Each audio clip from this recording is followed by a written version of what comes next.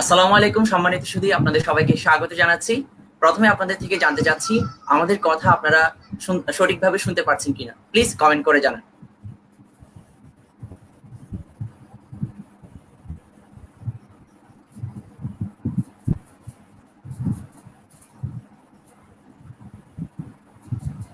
আমরা একটু অপেক্ষা করছি।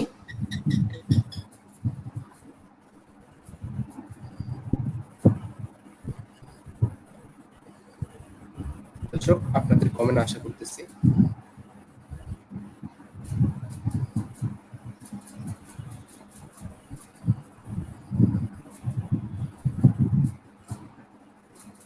একজন কমেন্ট করছে, ইস্তাক আহমেদ ইফতি কমেন্ট করছে, আসসালামু আলাইকুম ভাইয়া। ওয়ালাইকুম আসসালাম ভাইয়া। আমাদের সাউন্ড কি সব ঠিক আছে? Sound clear? একটু জানাবেন সাউন্ড ক্লিয়ার থাকে, সবকিছু ঠিকঠাক আছে কিনা একটু জানাবেন।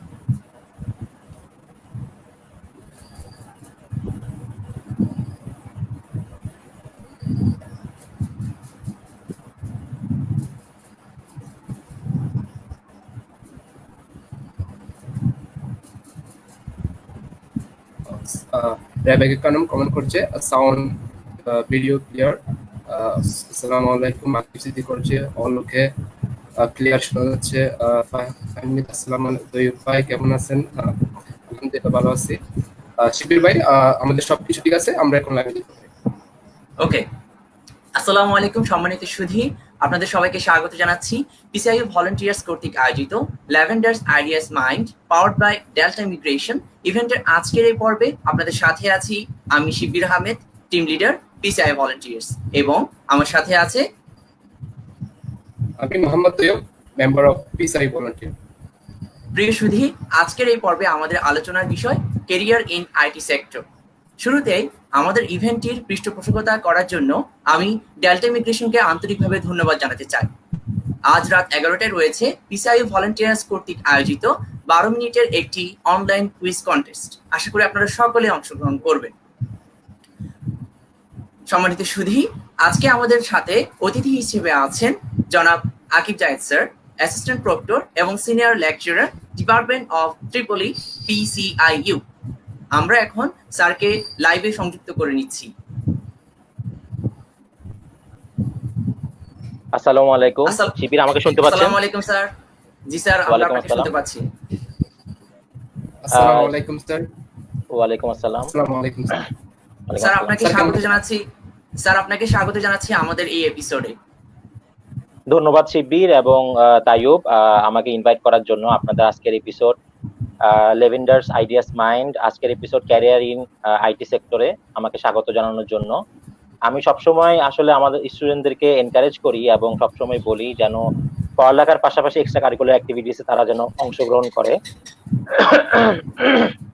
এবং আমি দেখেছি যে পিসিআই ভলান্টিয়ার্স এবং পিসিআইইউ অন্যান্য যে ক্লাবগুলো আছে, ইঞ্জিনিয়ারিং ছাড়াও বিজনেস ক্লাব এবং টেক্সটাইল ক্লাব, আইটিপলি পিসিআই স্টুডেন্ট ব্রাঞ্চ এবং পিসিআই রোবোটিক্স ক্লাব ছাড়াও বিভিন্ন ধরনের ফোরাম কিন্তু অনেক অ্যাক্টিভ আমাদের পোর্ট সিটির বিভিন্ন এক্সট্রা কারিকুলার অ্যাক্টিভিটিস গুলোকে সামনের দিকে অনেক বেশি আসলে অনুপ্রাণিত করে।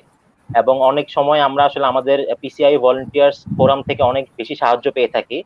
তো সবাইকে ধন্যবাদ যারা আসলে টিম লিডার আছেন এবং যারা আসলে আমাদের বিশ্ববিদ্যালয় কর্তৃপক্ষ আসলে আমাদের ব্যাপারে অনেক সাহায্য করে, এই জন্য ধন্যবাদ। তো আশা করি আমরা আজকের অনুষ্ঠান থেকে অনেক কিছু জানতে পারবো আমাদের স্পিকার থেকে। আমাদের স্পিকার মোহাম্মদ শাহাদাত হোসেন হয়তো খুব শীঘ্রই আমাদের সাথে জয়েন করবে।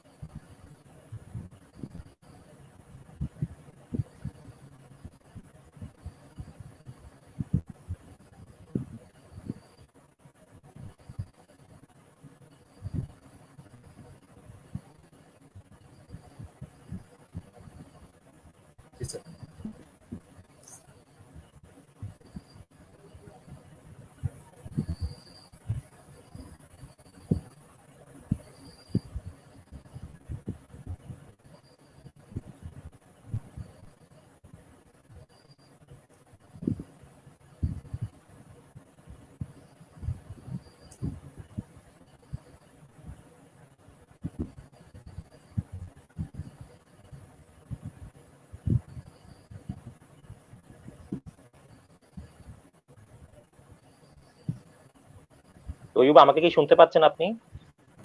জি স্যার, আমি একটু শুনতে পাচ্ছি। যান্ত্রিক আমার ত্রুটির মনে হয় কারণে শিবিরের আমাদের শিবির ভাই একটু শিবির জি স্যার। জি স্যার, ডিসকানেক্ট হয়ে গিয়েছিল। চলে আসছে। স্যার আমরা তাহলে আমাদের ভাইয়াকে আমাদের সাথে যুক্ত করে নিচ্ছি। প্রিয় দর্শক, আমাদের সাথে স্পিকার হিসেবে আছেন মোহাম্মদ শাহাদাত হোসেন ভাইয়া। তিনি director of Bangladesh innovation forum এবং ফাউন্ডার অফ ডিজিস অফ টেকনোলজিস। এছাড়াও ভাইয়া সম্পর্কে আরো কিছু কথা যদি অ্যাড করি, তিনি একজন তরুণ উদ্যোক্তা, সমাজকর্মী এবং 2016 সাল থেকে নাসা অ্যাপস কম্পিটিশনের তিনি একজন ন্যাশনাল লিড হিসেবে কাজ করে আসছেন। আমরা এখন ভাইয়াকে আমাদের সাথে লাইভে সংযুক্ত করে নিচ্ছি। অনুষ্ঠানের পর্যায়ে আমরা ভাইকে লাইভে যুক্ত করে নিচ্ছি। আসসালামু আলাইকুম, ভেরি গুড ইভিনিং এভরিওয়ান। আজকের দুজন হোস্ট এবং আমাদের আকিব জাহিদ ইসলাম স্যার, সবাইকে আসসালামু ধন্যবাদ আলাইকুম। আমাদের যুক্ত করার জন্য। আসসালামু আলাইকুম ভাইয়া। ইতিমধ্যে আমাদের সাথে যুক্ত হয়েছেন অসংখ্য দর্শক। আপনারা কে থেকে যুক্ত হয়েছেন, আপনারা আপনাদের নাম এবং ইউনিভার্সিটির নাম লিখে কমেন্ট সেকশনে জানাবেন। এবং আজকে আমাদের সেশনটি হচ্ছে ক্যারিয়ার ইন আইটি সেক্টর। এই রিলেটেড যদি আপনাদের কোনো কোয়েশ্চেন থাকে তাহলে কমেন্ট সেকশনে অবশ্যই জানাবেন। আমরা যথাসাধ্য চেষ্টা করব আপনাদের প্রতিটি প্রশ্নের উত্তর দেব। So off for the best, get ready guys. আসসালামু আলাইকুম ভাইয়া, কেমন আছেন? ওয়ালাইকুম আসসালাম, আমি ভালো আছি। তোমাদের দুজনকে অসংখ্য ধন্যবাদ, খুব সুন্দর হচ্ছে। একই সাথে তোমাদের স্যারকে ধন্যবাদ আমাদের সাথে যুক্ত হওয়ার জন্য। আলহামদুলিল্লাহ ভালো আছি। আপনারা সবাই ভালো আছেন? আর ভালো আছেন? আসসালামু আলাইকুম, Mohammad Shahadat Hossain, thank you for joining with us. And আপনি আসলে শত ব্যস্ততার মাঝেও আসলে আমাদেরকে এই আমাদের পিসিআই ভলান্টিয়ার্স এর প্রোগ্রামের জন্য যে টাইমটা বের করে দিয়েছেন, এই জন্য আপনাকে অসংখ্য ধন্যবাদ। আশা করি আমাদের যে অডিয়েন্স আছেন সবাই আসলে আমাদের স্পিকার থেকে বিভিন্ন তার এক্সপিরিয়েন্স এবং তার যে নলেজ তার থেকে অনেক বেশি গাইডলাইন পাবেন, এবং আশা করি আমাদের প্রোগ্রামটা আজকে অনেক বেশি ভালো হবে। ধন্যবাদ স্যার।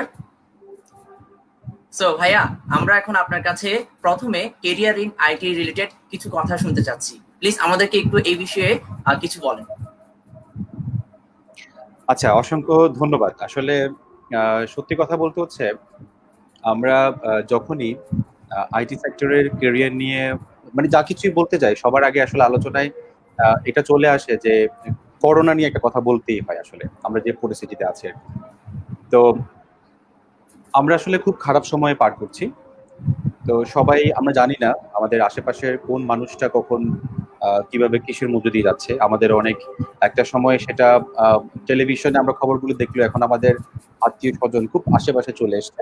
আমাদের সতর্ক থাকা উচিত আমাদের সবাই। আমি কিন্তু এত সত্যতা মানে এত শত ঝামেলা, দুঃখ ভারাক্রান্ত চারপাশের যে খবর, এর মাঝেও আমাদের কিন্তু কঠিন যে বাস্তবতাটার কথা বলি বা এই জায়গায় থেকে আমাদের ভাবতে হয় যে যেহেতু এটা ৩-৪ মাসের একটা লম্বা একটা জার্নি, আবার আমরা এতটুকু জেনেছি যে এটা খুব সহজেই হয়তো বা স্বাভাবিক একটা পর্যায়ে যাচ্ছে না খুব শীঘ্রই।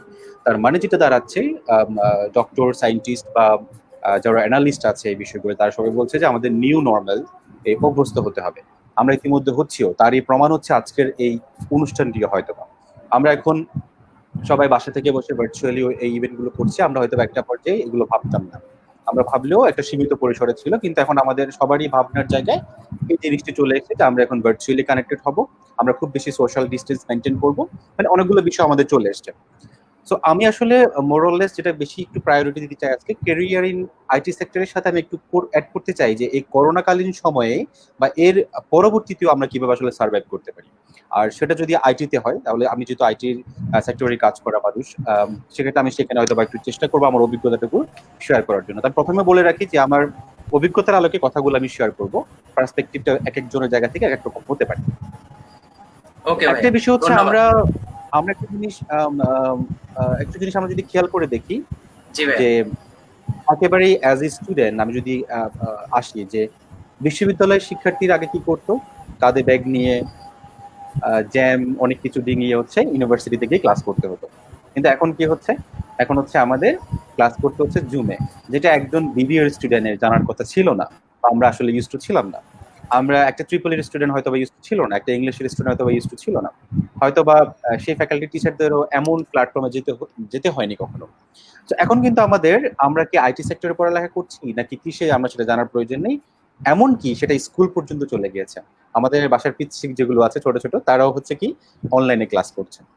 তো এটি কিন্তু আসলে যেটা বলা হচ্ছে যে আমাদের আরেকটি বিষয় যদি আমি বলি, যে আমি যতটুকু দেখেছি হচ্ছে যেই মানুষটা আগে কখনো ফেসবুক, সোশ্যাল মিডিয়া এই বিষয়গুলোর বাইরে ইন্টারনেটটা কিভাবে কাজে লাগানো যায় জানতো না, সে মানুষটা এখন মাস্ক বলি বা অন্যান্য গ্রোসারি সামগ্রীগুলো বাসায় বসে অনলাইনে কিনছে। এটা কিন্তু একটা আইটি সেক্টরেরই একটা জায়গা। তার মানে হচ্ছে আমাদের গভর্নমেন্ট বলি বা ওভারঅল আমরা যে জিনিসটা অনেকদিন ধরে চেষ্টা করে আসছিলাম, এই করোনার কারণে আমরা কিন্তু সেই জায়গায় 2-4 বছর আসলে একটু অ্যাডভান্স হয়ে টেকনোলজিগুলোকে আমাদের অ্যাডপ্ট করতে হয়েছে। তো এটার মানে হচ্ছে যে তার মানে আমাদের আশেপাশে এই যে আইটি সেক্টরের যে মানুষগুলো তাদের আনাগোনা বেড়ে যাবে।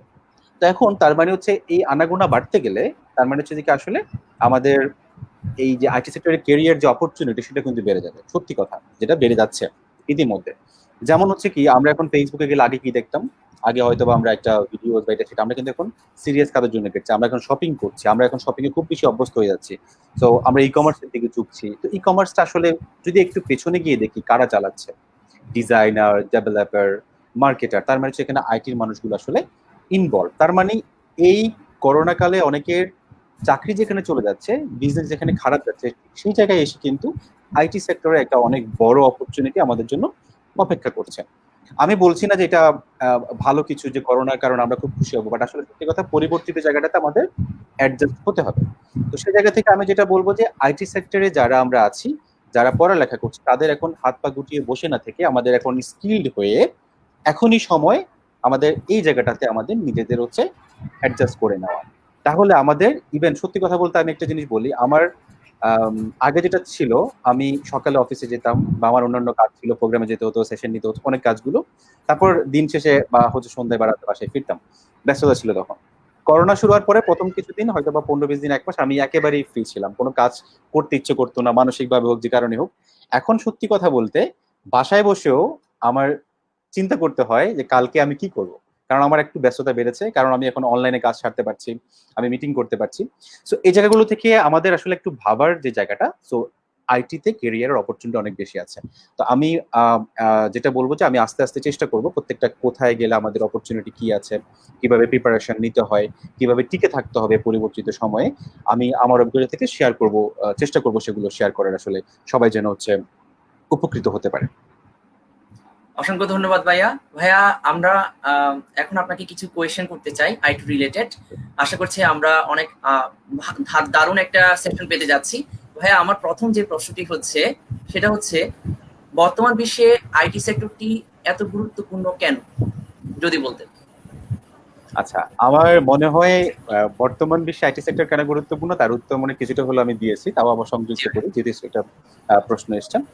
সত্যি কথা বলতে হচ্ছে আমাদের আমি যেটা দেখেছি যে আমার একেবারে আমি যদি ক্যাজুয়াল ভাবে বলি কেন আইটি সেক্টরটা ইম্পর্টেন্ট, আমরা আগে দেখেছি যে আমাদের একটা জিনিস, আমাদের হয়তো একটা ইম্পর্টেন্ট একটা ডকুমেন্টস আমরা একটা দোকানে গিয়ে একটা সাইবার ক্যাফেতে গিয়ে প্রিন্ট করতে হতো, বা এমন আমাদের টেকনোলজিটা অনেক দূরে ছিল, আমাদের ডেইলি লাইফের সাথে এটা আসলে কোনোভাবে কানেক্টেড ছিল না।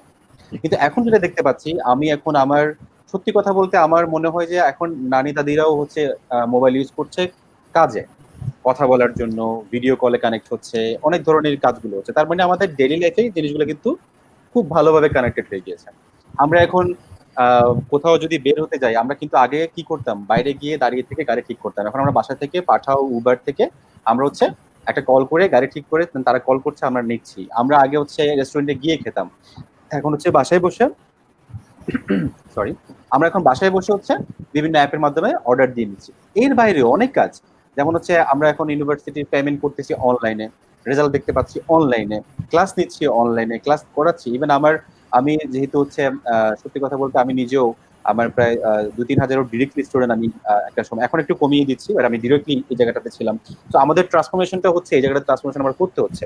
তার মানে আমাদের আইটি সেক্টরটা এখন আমাদের সাথে ওতপ্রোতভাবে জড়িত হয়ে গেছে। যেমন আমরা আগে ঘুম থেকে উঠে কি করতাম, আমি একটু ক্যাজুয়ালি যদি বলতে যাই, যে আগে আমরা ঘুম থেকে উঠে দাঁত ব্রাশ করতাম, এখন আমরা সেটা করি না। আমরা ঘুম থেকে উঠে ফেসবুক চেক করি, ইমেল চেক করি, তারপর কি অভ্যাস করি। তার মানে আমাদের এটা একেবারে জীবনের সাথে কানেক্টেড একটা জিনিস হয়ে গিয়েছে। তো এই জায়গা থেকে আমি যেটা বলতে চাই, তার মানে যেটা কানেক্টেড আমাদের সাথে, সেটা কেরিয়ার আসলে মানে জনপ্রিয় হবেই আসলে।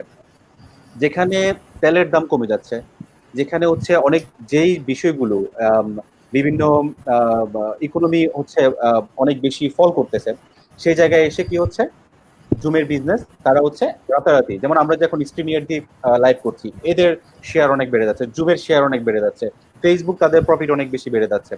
তার মানে হচ্ছে আইটি সেক্টরে, ইভেন এই প্রশ্নটা যদি জেনারেল লাইনে করলো তো আমাদের প্রয়োজন ছিল, ইভেন করোনা কালেও এটা আসলে অত্যন্ত প্রয়োজনীয় একটা জিনিস হয়ে পড়েছে। এবং এই কারণেই, যেহেতু আমরা এটাকে অ্যাভয়েড করতে পারছি না, আমাদের সাথে এটা ওতপ্রোত জড়িত, সেক্ষেত্রে এটার যে কেরিয়ার বা এটার যে একটা জনপ্রিয়তা, এটার যে একটা প্রয়োজনীয়তা, এটার আসলে আমরা শেষ করতে পারবো না। প্রত্যেকটা জায়গায় আমরা এটা কোনো না কোনো এটার প্রয়োজনীয়তা আমরা হচ্ছে ফিল করতে পারছি। ধন্যবাদ ভাইয়া। আমরা অসাধারণ উত্তর পেয়েছি। আশা করছি অনেক দর্শক আমাদের সাথে যুক্ত হয়েছে। আমরা আশা করছি আরো অনেক দর্শক আমাদের সাথে যুক্ত হবে কিছুক্ষণের মধ্যে। ভাইয়া, এই পর্যায়ে আমার দ্বিতীয় প্রশ্ন হচ্ছে, তথ্য প্রযুক্তির কোন কোন জ্ঞানগুলো জানা থাকলে একজন সাধারণ মানুষ সামনের তথ্য প্রযুক্তি নির্ভর পৃথিবীতে নিজেকে মানিয়ে নিতে পারবে? আচ্ছা, আমি কয়েকটা ক্যাটাগরি করে নিই। হ্যাঁ, আমি ধরে নিই হচ্ছে, যদি ধরে নিই একটা সাধারণ মানুষ, সে হয়তো বা পড়ালেখা করছে না, হয়তো বা হতে পারে আমাদের প্যারেন্টস ধরে নিই, তারা কিন্তু যদি এখন ইন্টারনেটে যদি কানেক্টেড না থাকছেন, যেমন হচ্ছে হতে পারে তারা যদি ইন্টারনেট ইউজ করতে না পারছে, হয়তো বা বাচ্চার যে রেজাল্টটা তাদেরকে পাঠালো মেইল করে, তারা হয়তো বা চেক করতে পারছে না, পিছিয়ে পড়ছে।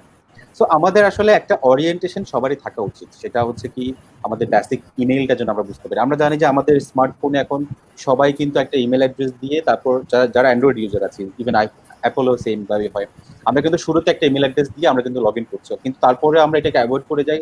অনেকে আমরা ইমেলটা ব্যবহার করা শিখছি না, আমরা পড়ছি না, কিন্তু সেটা কিন্তু শিখতে গেলে ইউটিউবে একটা টিউটোরিয়াল দেখে, একটা ভিডিও, একদিন একটা ভিডিও দেখলে কিন্তু সেটা শেখা যায় কিভাবে আমাদের স্মার্টফোন থেকে আমরা ইমেলটা চালাতে পারি। আমরা বেসিক যদি ইমেল চালাতে পারি, আমরা অনেকগুলো কাজ আমরা করতে পারি, কারণ আমরা জানি যে অফিসিয়াল কাজগুলো ইমেলের থ্রুতে হচ্ছে।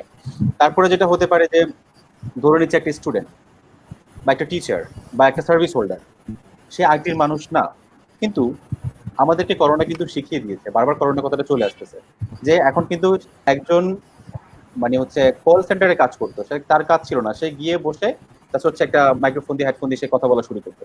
বাট এখন কি হয়েছে, যতটুকু আমি জেনেছি, অনেক ঢাকার অনেকগুলো বড় বড় কোম্পানি বাসা থেকে দিচ্ছে সার্ভিস গুলো। তার মানে তাকে কিন্তু আইটি শিখতে হচ্ছে, সে তখন এখন কম্পিউটারে বেসিক সফটওয়্যার গুলো চালাতে হচ্ছে। তো আমি যেটা বলবো যে, এখন এই যুগে এসে এটা একেবারে একটা নিড, যে বেসিক কম্পিউটিংটা একটা মানুষের জানো না, কিভাবে আমি একটা ইন্টারনেট কানেকশন পেতে পারি, আমার পিসিতে কিভাবে চালাতে পারি, কিভাবে আমি একটা ইমেল হচ্ছে কাউকে পাঠাতে পারি, সেটা রিসিভ করতে পারি, রিপ্লাই দিতে পারি। তারপর হচ্ছে এই ধরনের ছোটখাটো কিছু টুলস হতে পারে, স্ট্রিমিয়ার, যেমন হচ্ছে বা যারা নন টেক পার্সন, হতে পারে স্ট্রিমিয়ার, হতে পারে জুম, যেগুলো বেসিক কমিউনিকেশন টুল, হতে পারে স্কাইপি, যেগুলো হচ্ছে সেগুলোর একটু ইউজ গুলো জেনে নেওয়া, এটা হলে সে সার্ভাইভ করাটা খুব সহজ হয়ে যাবে। ধন্যবাদ ভাইয়া। অসংখ্য ধন্যবাদ ভাইয়া।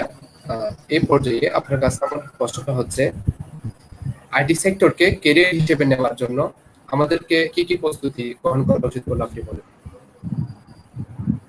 আচ্ছা, আইটি সেক্টরকে ক্যারিয়ার হিসেবে নেওয়া গেলে যেটা হচ্ছে, আমি বিষয় বলি, যদি প্রশ্নটা করা হয়, যদি একজন সিএসসি স্টুডেন্ট প্রশ্নটা করে, তাহলে উত্তরটা একরকম হবে। আর যদি বলে যে না, আইটি সেক্টরের আমি সিএসসি ব্যাকগ্রাউন্ডে মানুষ না, তাহলে উত্তরটা ভিন্ন হতে পারে। তো আমি কেন বলছি জিনিসটা, তার মানে হচ্ছে যে আসলে এখানে এই আমাদের আইটি সেক্টরে বলতে গেলে যে কোনো মানুষই এখানে স্কিল হয়ে ইন করতে পারে। সেটা হতে পারে বিবিএ জানা মানুষ, সেটা হতে পারে বিবিএ পড়া মানুষ, সেটা হতে পারে ট্রিপল ই, সেটা হতে পারে ইংলিশ, সেটা হতে পারে কম্পিউটার সায়েন্স। সো একটা প্রপার ওরিয়েন্টেশন, একটা প্রপার ট্রেনিং, একটা প্রপার গাইডলাইন ফলো করলে যেটা হবে, যে যে কেউ আসলে এই সেক্টরে আসতে পারে। তার অহরহ সফল উদাহরণ আমাদের কাছে আছে। আমাদের এই সেক্টরে বাংলাদেশের অনেক পায়োনিয়ার আছেন, কাজ করছেন যারা, তারা হচ্ছে ইভেন অনেকে সিভিল থেকে এসে আইটিতে কাজ করছেন, অনেকে বিজনেস ব্যাকগ্রাউন্ড থেকে, ব্যাংক থেকে এসে আইটিতে কাজ করছেন। আমার কাছে অহরহ খুবই সফল অনেকগুলো হচ্ছে উদাহরণ আমাদের কাছে আছে। তো সেই জায়গা থেকে আমি যেটা বলবো, যে একজন যদি ক্যারিয়ার শুরু করতে যায়, তার মানে সহজ কথা হচ্ছে, তাকে আগে তার পাথওয়েটা, সে কোন দিকে যেতে যাচ্ছে, তাকে সেটাকে বেছে নিতে হবে। তো সেটা বেছে নেওয়ার জন্য তার কিছু বেসিক এডুকেশন থাকা লাগবে, তার কিছু জিনিস জানা থাকা লাগবে।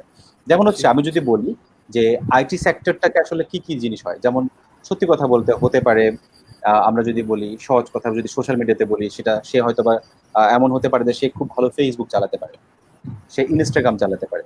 আমরা কিন্তু বাসায় এটা বলি যে সে বসে বসে কি করছে, সময় অপচয় করছে, কিন্তু আসলে না, সে যদি প্রপারলি যদি সে ইউজ করতে পারে, তাকে যদি আমরা একটা ওরিয়েন্টেশন দিতে পারি ভালোভাবে, একটা যদি ট্রেন আপ করতে পারি, সে কিন্তু ডিজিটাল মার্কেটার হিসেবে নিজেকে একটা আইটি সেক্টরে ক্যারিয়ার করতে পারে।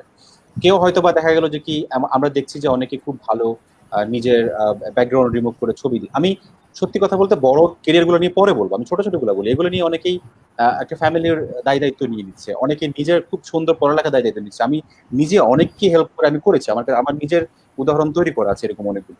তো সেই জায়গা থেকে আমি যেটা বলবো, অনেকেই কি করে যে নিজের একটা মোবাইলের ছবি তুলেছে, কিন্তু অনেকে দেখা যাচ্ছে ডিএসএলআর থেকেও সে ভালো ছবি তুলতে পারছে, এডিটিং করতে পারছে। তার ক্যারিয়ার হতে পারে সে হয়তো ফটো এডিটিং এ যেতে পারে। আমি এরকম অহরহ উদাহরণ দেখাতে পারবো, শুধু ফটো এডিটিং এর ছোট কাজ করে অনেক ভালো একটা জায়গায় চলে গেছে। তার মানে বলছি না যে এটাই লাস্ট জিনিস, এটা শুরু। এটাকে আমরা আরো অ্যাডভান্স লেভেলে নিতে পারি। তারপর হতে পারে ইভেন এমন অনেককে আমি দেখেছি যে একটা বেসিক জিনিস নিয়ে আগ্রহ নিয়ে এসছে, কিন্তু পরবর্তীতে সে সেটার অ্যাডভান্সে চলে গেছে। সে হয়তো বা পরবর্তীতে সে বেসিক একটা ফটো এডিটিং দিয়ে গিয়েছে, এরপর তার ভালো লাগলো ওয়েব ডিজাইনিং, একটা ওয়েব পেজ বানানো তার ভালো লাগলো, তারপর সে ওয়েব ডিজাইন থেকে ডেভেলপমেন্টে চলে গেল, তারপর সে ইভেন প্রোগ্রামিং এ চলে গেল, তারপর সে ডেটা নিয়ে কাজ করলো। সো এটাতে অ্যাডভান্স হওয়ার অনেক সুযোগ আছে। তো আমি যেটা বলতে চাই যে এই জায়গায় আসতে গেলে আমাদের প্রথমত যে একটা জিনিস সবাই গিয়ে, সহজ করে বলি, গিয়ে আজকে এখনই গুগল করতে পারেন, যে গুগলে গিয়ে লিখতে পারেন যে আইটি সেক্টরে, ইভেন বাংলায় লিখলেও অনেকগুলো জিনিস আসবে, ইংলিশও লিখতে পারেন একই কথা। আর ইংলিশে ভুল করলেও প্রবলেম নাই, গুগল আপনাকে বলে দিবে যে আপনি কি এটা বুঝিয়েছেন। সো সুযোগ আছে। আপনি এটা লিখতে পারেন যে আইটি সেক্টরে কি কি ধরনের আমাদের অপরচুনিটি আছে, কি কি বিষয় নিয়ে কাজ করার। যেমন হচ্ছে আমি যদি বলি ওয়েব ডিজাইন, প্রোগ্রামিং, তারপর হচ্ছে সফটওয়্যার টেস্টিং বা ডিজিটাল মার্কেটিং, তারপর হচ্ছে আমি যদি একটু অ্যাডভান্সে যাই, machine learning, artificial intelligence, robotics, game development. So অনেকগুলো অপরচুনিটি এখানে আছে, কিছু করতে হবে না। আমি প্রথমে সেগুলো গিয়ে যাই, আমি একটু দেখি সেগুলোতে কি কি করতে হয় না করতে হয়। আমি সত্যি কথা বলতে আসলে 1-1.5 ঘন্টা সেশনে পুরো জিনিসটা আসলে কভার করা পসিবল না, আমি জাস্ট মূল কথাটা বলে দিচ্ছি। তারপর সেখানে গুগলে গিয়ে যদি একটু দেখি যে ওকে আমার ভালো লাগছে, আমার গেম ডেভেলপমেন্ট করতে ভালো লাগে, আমার গেম হয়তো বা আমার গেম খেলতে ভালো লাগে, দেখি আমি এটা ক্যারিয়ারে নিতে পারি কিনা। তারপর আমি যদি বলি যে ওকে গেম ডেভেলপমেন্টে কি কি অপরচুনিটি আছে, আমি সার্চ করলাম, বেরিয়ে চলে আসলো। এবার কথা হচ্ছে যে আমি যদি শুরু করতে যাই, তাহলে আমাকে জানতে হবে কি কি শিখতে হবে। সেটা আমি গুগলকে জিজ্ঞেস করি যে গেম ডেভেলপমেন্ট ক্যারিয়ার করতে গেলে আমাকে কি কি শিখতে হবে। সে বললো তোমাকে এই প্রোগ্রামিং ল্যাঙ্গুয়েজ এটার সঙ্গে শিখতে হবে। আমি তারপর দেখবো সে প্রোগ্রামিং ল্যাঙ্গুয়েজটা আমি পারি কিনা। যদি পারি সেখানে আমি আরেকটু নিজেকে একটু ফ্লুয়েন্ট করে নেবো, না পারলে শিখে নিবো। শিখতে গিয়ে যদি মনে হয় যে না আমি আসলে প্রোগ্রামিং ল্যাঙ্গুয়েজ পারছি না, সো ওকে আমি সেটাকে ছেড়ে হয়তো অন্য একটা ট্র্যাকে যেতে পারি। মানে এভাবে করে একটা এক্সপেরিমেন্ট করে আমরা ধরে নিই যে মোটামুটি সে যদি এভাবে যদি শুরু করে, ডেফিনেটলি এটা আসলে একটা প্রপার গাইডলাইন হবে না, জাস্ট একটা বেসিক আমি ওকে একটা পাথওয়ে দিচ্ছি যে কিভাবে সে করতে পারে, শুরুটা করতে পারে।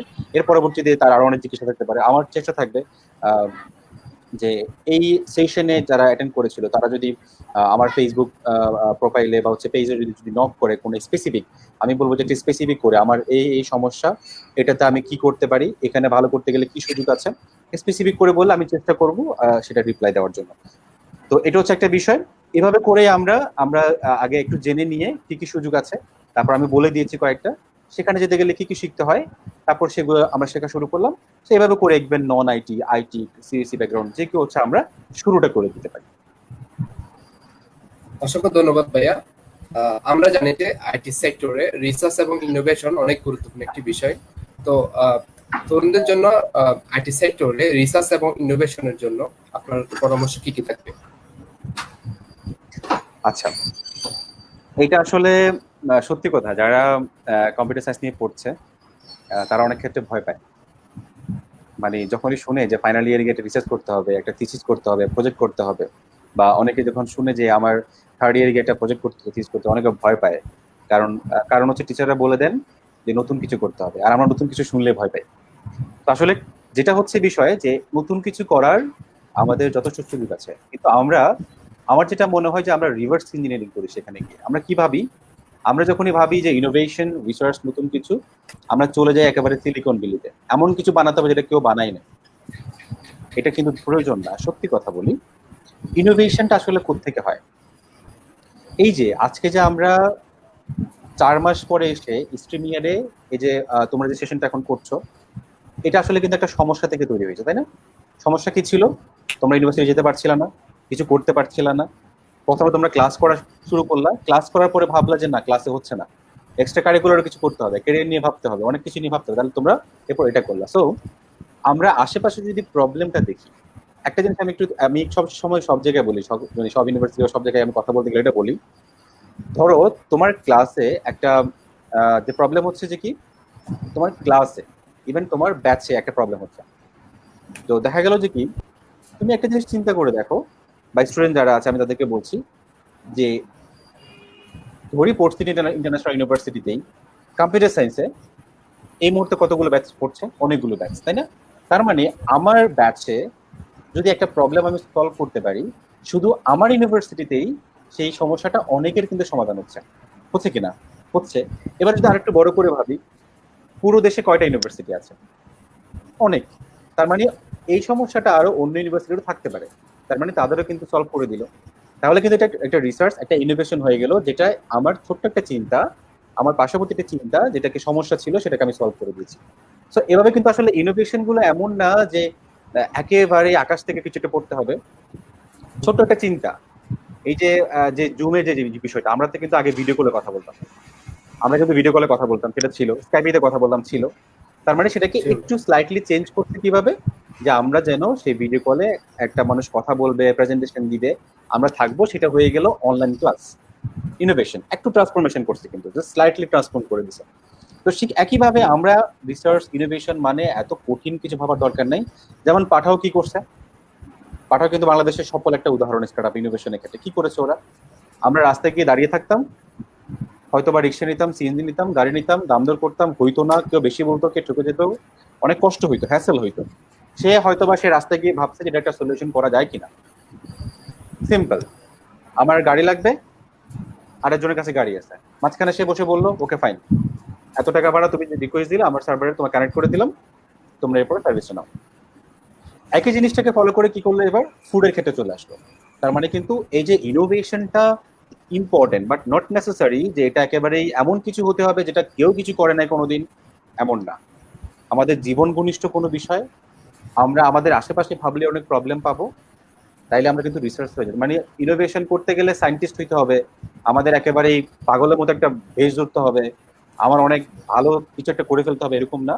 ইনোভেশনটা বের করতে গেলে আশেপাশে প্রবলেমগুলোকে একটু দেখলেই আমরা এরকম অনেক ধরনের ইনোভেটিভ আমরা আইডিয়া কিন্তু পেয়ে যেতে পারি। আমাদের বাসায় বাচ্চারা, যারা বাচ্চা আছে, ওরা কি করে?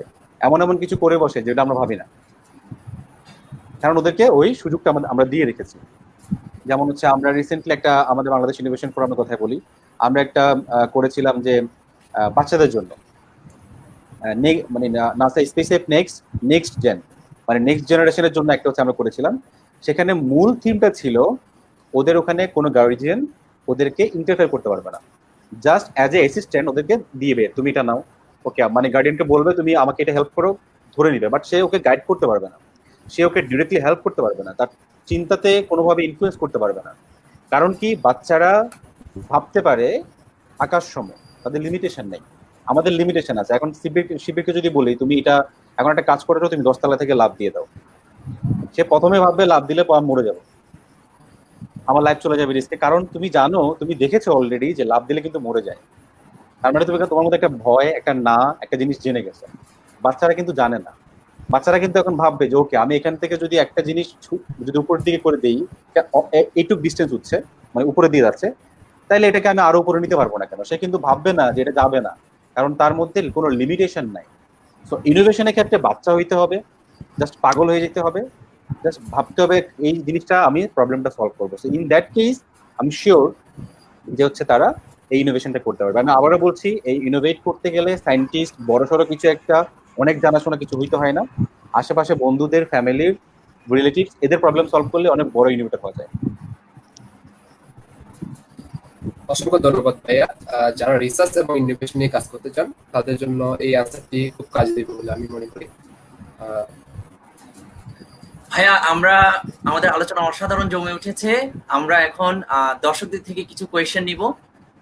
অন্তু মল্লিক নামে একজন ভাইয়া লিখেছেন, আইটি সেক্টরের জন্য কোন ধরনের কোর্সগুলো করলে ভালো হবে? আচ্ছা, এটার উত্তর হচ্ছে কি আসলে, মানে আমি বলবো যে সবগুলো কোর্সই ভালো। আপনি সম্ভব হলে করে ফেলেন, কারণ আপনি বুঝবেন আপনার সাথে কোনটা যায়। বাট এটা হচ্ছে একটা জেনারেল একটা ধারণা। বাট আমি যেটা স্পেসিফিক করে বলবো, আপনি যদি কিছু স্টেপ আছে, যেমন আপনাকে প্রথমে বেসিক কম্পিউটিং জানতে হবে। আপনি যদি না জেনে থাকেন কিভাবে একটা কম্পিউটার চালাতে হয়, কিভাবে হচ্ছে আপনি ইন্টারনেট চালাতে হয়, কিভাবে একটা ইমেল করতে হয়, কিভাবে আপনি বেসিক একেবারে জিনিস, বেসিক কম্পিউটিং গুলো আপনাকে জানতে হবে।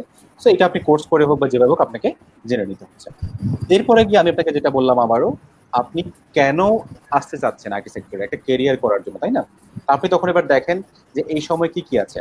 আপনার হতে পারে ডিজিটাল মার্কেটিং, হতে পারে গ্রাফিক ডিজাইন, হতে পারে ওয়েব ডিজাইন, হতে পারে ওয়েব ডেভেলপমেন্ট, হতে পারে মোবাইল অ্যাপ্লিকেশন ডেভেলপমেন্ট, হতে পারে ডেটা ড্রিভেন কোন একটা কিছু, হতে পারে গেম ডেভেলপমেন্ট, গেম বানানোর কাজগুলো, হতে পারে আর্টিফিশিয়াল ইন্টেলিজেন্স নিয়ে কোনো কাজ, হতে পারে রোবোটিক্স নিয়ে কোনো কাজ। তো আপনাকে এগুলো হচ্ছে একেবারে মূল যে ক্যারিয়ার গুলো। বাট এগুলো কিন্তু আপনি ন্যারো করলে আর অনেক কিছু পাবেন। যেমন আমি যদি বলি, ধরেন ফর এক্সাম্পল আমি যদি বলি মোবাইল অ্যাপ্লিকেশন ডেভেলপমেন্ট, এটা যারা নন টেক তারাও বুঝবেন যে মোবাইল অ্যাপ্লিকেশন কিন্তু আসলে আপনি এমন না যে আপনি আইওএস এরও শিখবেন, আপনি হচ্ছে আপনি অ্যান্ড্রয়েডেরও শিখবেন। সেখানে আবার অনেকে কি হচ্ছে, তো মোবাইল অ্যাপ্লিকেশনের মধ্যে আবার কি হয়, কেউ অ্যান্ড্রয়েড অ্যাপ্লিকেশন ডেভেলপার হয়, কেউ হচ্ছে আইওএস ডেভেলপার হয়, আলাদা আলাদা ভাগ আছে। আপনি ওয়েব ডেভেলপমেন্ট করতে গেলে আবার সেখানে কিছু আলাদা আলাদা ভাগ ন্যারো আছে। মানে আপনাকে সব শিখে ফেলতে হচ্ছে না প্রথমে।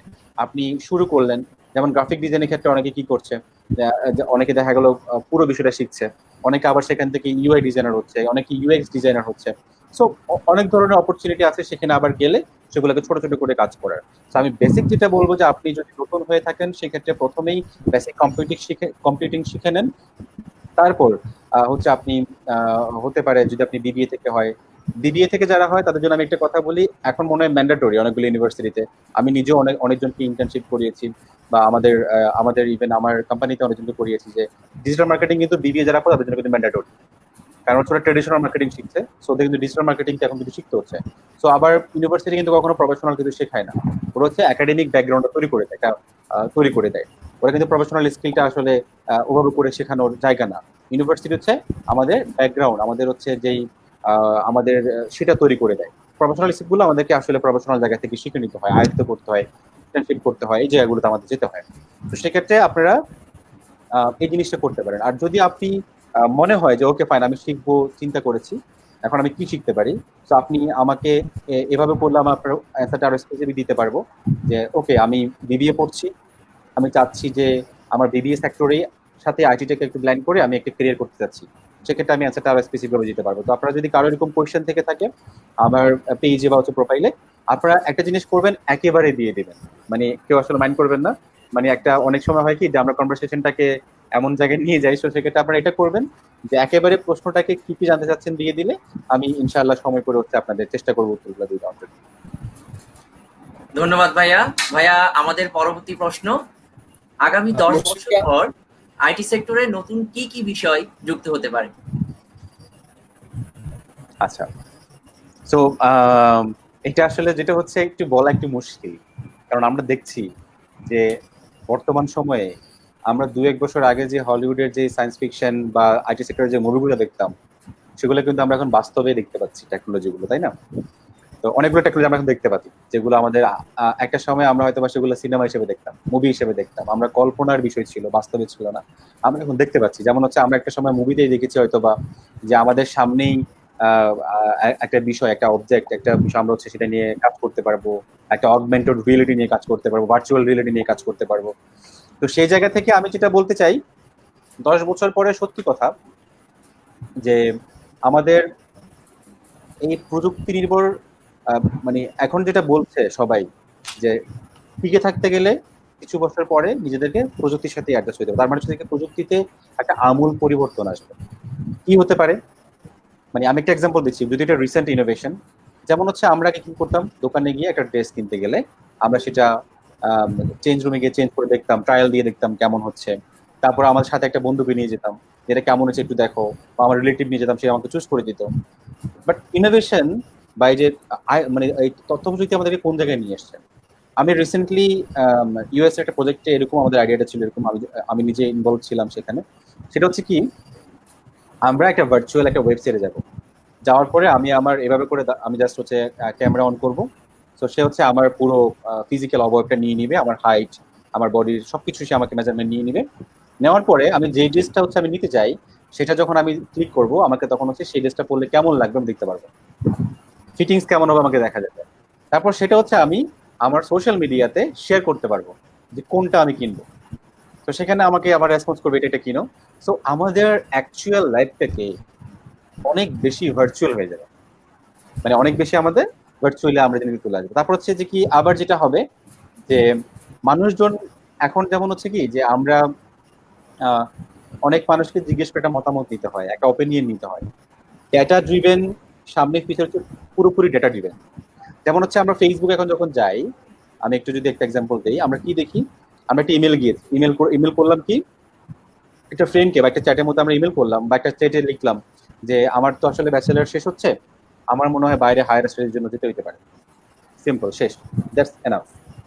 এখন আমাকে ডেটা ডেটা ডেটা ডিভেন বলতে কিরকম, ফেসবুক এখন আমার এখান থেকে কি করলো, সে হায়ার স্টাডিজ যেতে চায়, সিম্পল, এটা সে বিক্রি করে দিল কাদের কাছে, যারা হায়ার স্টাডিজ বিষয়ে অ্যাডভার্টাইজার আছে তাদের কাছে।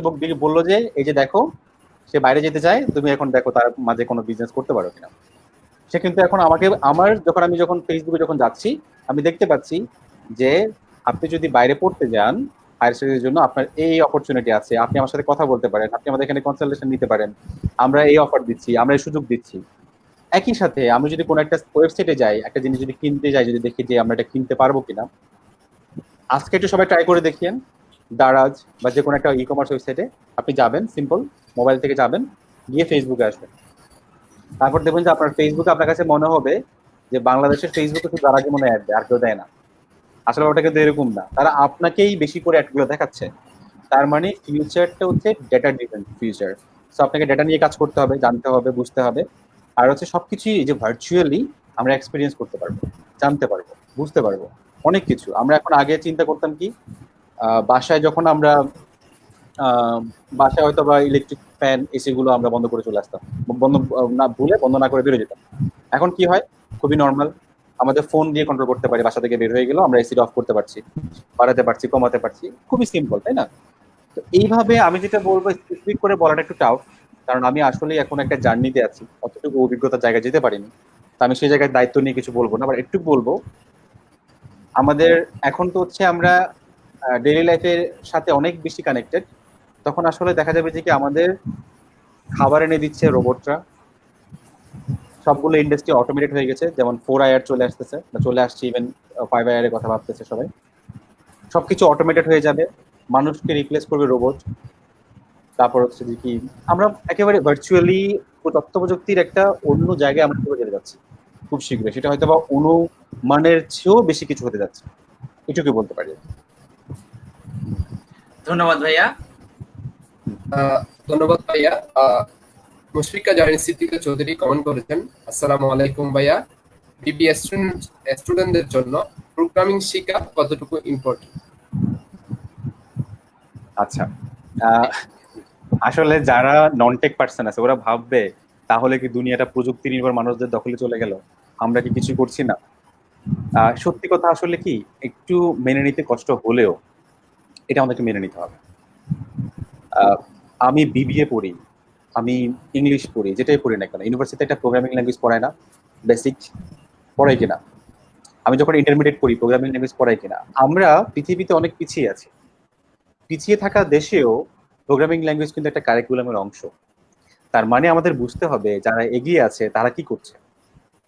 আমি যতটুকু দেখেছি যে আমার একটা রিলেটিভ, তো আমাকে জিজ্ঞেস করতেছিল যে আমার বাচ্চাকে কি প্রোগ্রামিং ল্যাঙ্গুয়েজ শিখাবো বলেন তো। আমি বলছি একটা কাজ করেন, যেহেতু বাচ্চা, পাইথন শিখাতে পারেন, বা হচ্ছে এমআইটির যে স্কেচ প্রোগ্রামিং সেটা শিখাতে পারেন।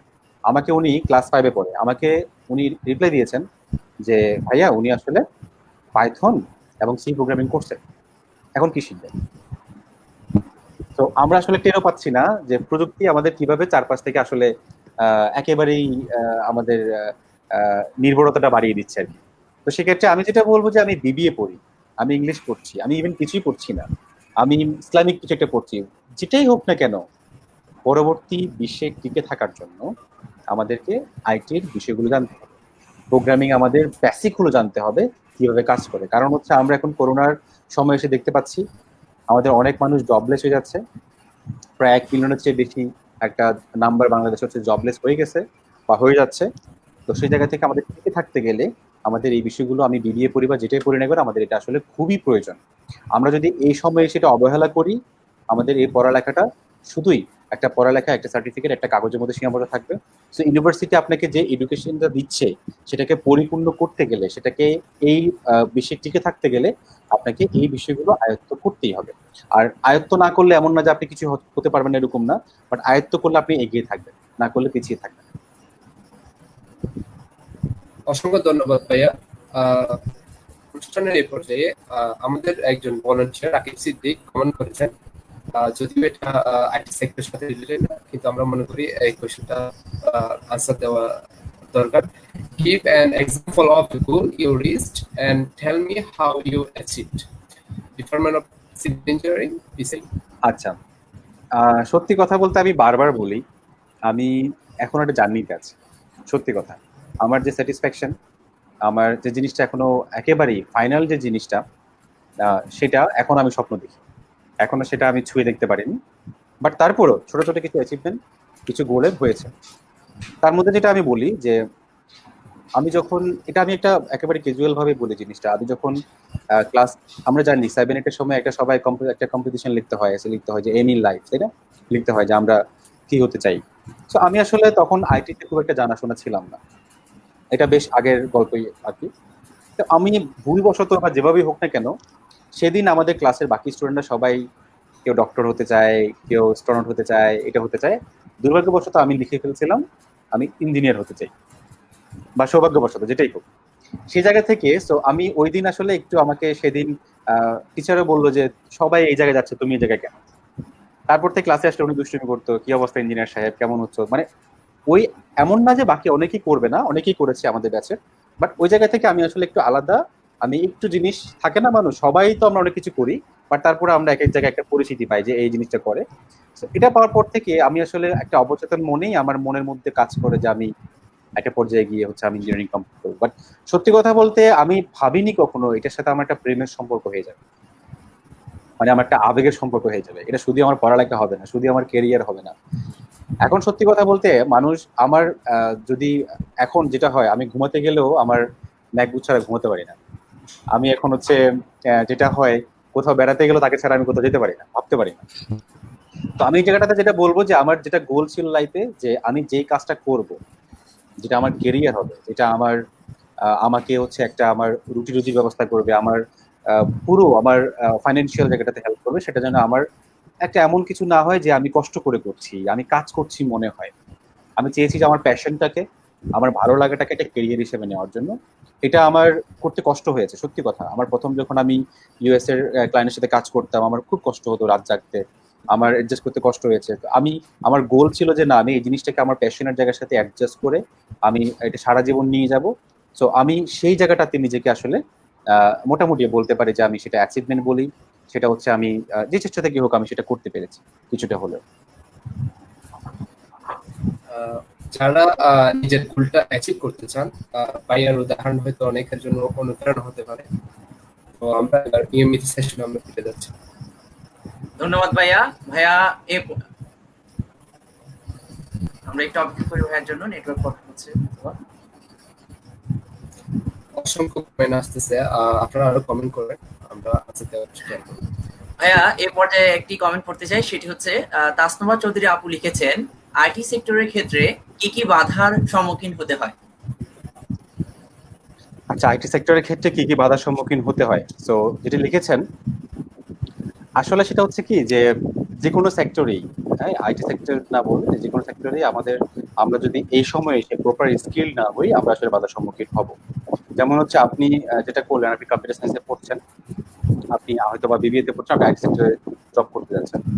আমাদের সেটা হচ্ছে এমন যে আপনি কারোর রেফারেন্সও যদি কোথাও গিয়ে যদি আপনি পড়েন, আপনি যদি কাজ দেখাতে না পারেন টিকতে পারবেন না, আপনাকে কাজ দেখাতে হবে। তো যে আলোচনায় করি, স্কিল শব্দটা এখানে বারবার আসবে। সো এটা করতে গেলে আইটি সেক্টরের ক্ষেত্রে আপনি যদি স্কিল না হন, আপনি বারবার বারবার হোঁচট খাবেন, আপনি আগাতে পারবেন না। তো আমি যেটা বলবো, আপনি আইটি সেক্টরে অনেক অপরচুনিটি আছে, আপনি যদি স্কিল হওয়ার চেষ্টা করলে, একটা প্রফেশনাল লেভেলে নিজেকে যদি তৈরি করতে পারেন, আপনি শিওরলি হচ্ছে আইটি সেক্টরে একেবারে বাধাহীন একটা ক্যারিয়ার করতে পারবেন। আর আইটি সেক্টর হচ্ছে এমন যে প্রত্যেকটা দিন প্রত্যেকটা সময় ডেভেলপ হচ্ছে, আপগ্রেড হচ্ছে। তো এই জায়গা থেকে আপনি যদি নিজেকে সেখান থেকে যদি শিখিয়ে নিতে না পারেন, আপনি যদি সেই নতুন সাথে যদি আপনি নিজেকে যদি ধরে রাখতে না পারেন, নতুন নতুন একটা আপনি যদি আয়ত্ত করতে না পারেন, আপনি টিকে থাকতে পারবেন না। তো সেক্ষেত্রে এটা অনেক বড় বাধা, আবার অনেক বড় সুযোগও, যে আপনি এখানে নতুন নতুন জিনিস শিখে নিজেকে আরো আরো নিজেকে নিজেই আপনি হচ্ছে টপকাতে পারবেন, ভালো জায়গায় নিতে পারবেন। ধন্যবাদ ভাইয়া, অসাধারণ উত্তর দিয়েছেন ভাইয়া। আমরা আশা করছি আমাদের আজকের প্রোগ্রাম অনেক অনেক জমে উঠেছে, আমরা অনেক কমেন্ট পাচ্ছি। আমরা এখন আবার আমাদের প্রশ্নে ফিরে যাচ্ছি। ভাইয়া, এই পর্যায়ে আমার প্রশ্ন, আইটি বিষয়ে পড়াশোনা করে বিদেশে কর্মসংস্থানের সুযোগ কেমন? আচ্ছা, এটা হচ্ছে এই মুহূর্তে মনে হচ্ছে হটকেক একটা। মানে সত্যি কথা বলতে, আমি আমার যদি ফেসবুকে এখন দেখছি না, 4-5 মাস আগের কথা বলছি, সবাই মোটামুটি আইটি সেক্টরের মানুষগুলো আমার সাথে সংযুক্ত, যারা হয়তো বা কিছু সময় প্রোগ্রামিং করছে, মেশিন লার্নিং নিয়ে কাজ করছে, এআই নিয়ে কাজ করছে, রোবোটিক্স নিয়ে কাজ করছে, অনেকগুলো বিষয় নিয়ে কাজ করছে। সো এখন জার্মানি, কানাডা, মানে ইভেন ইউএসএ, সো এই দেশে যাই না কেন, আমরা হচ্ছে, আমি একটা জিনিস একটু যদি বলি সবাই বুঝতে পারবে। আমি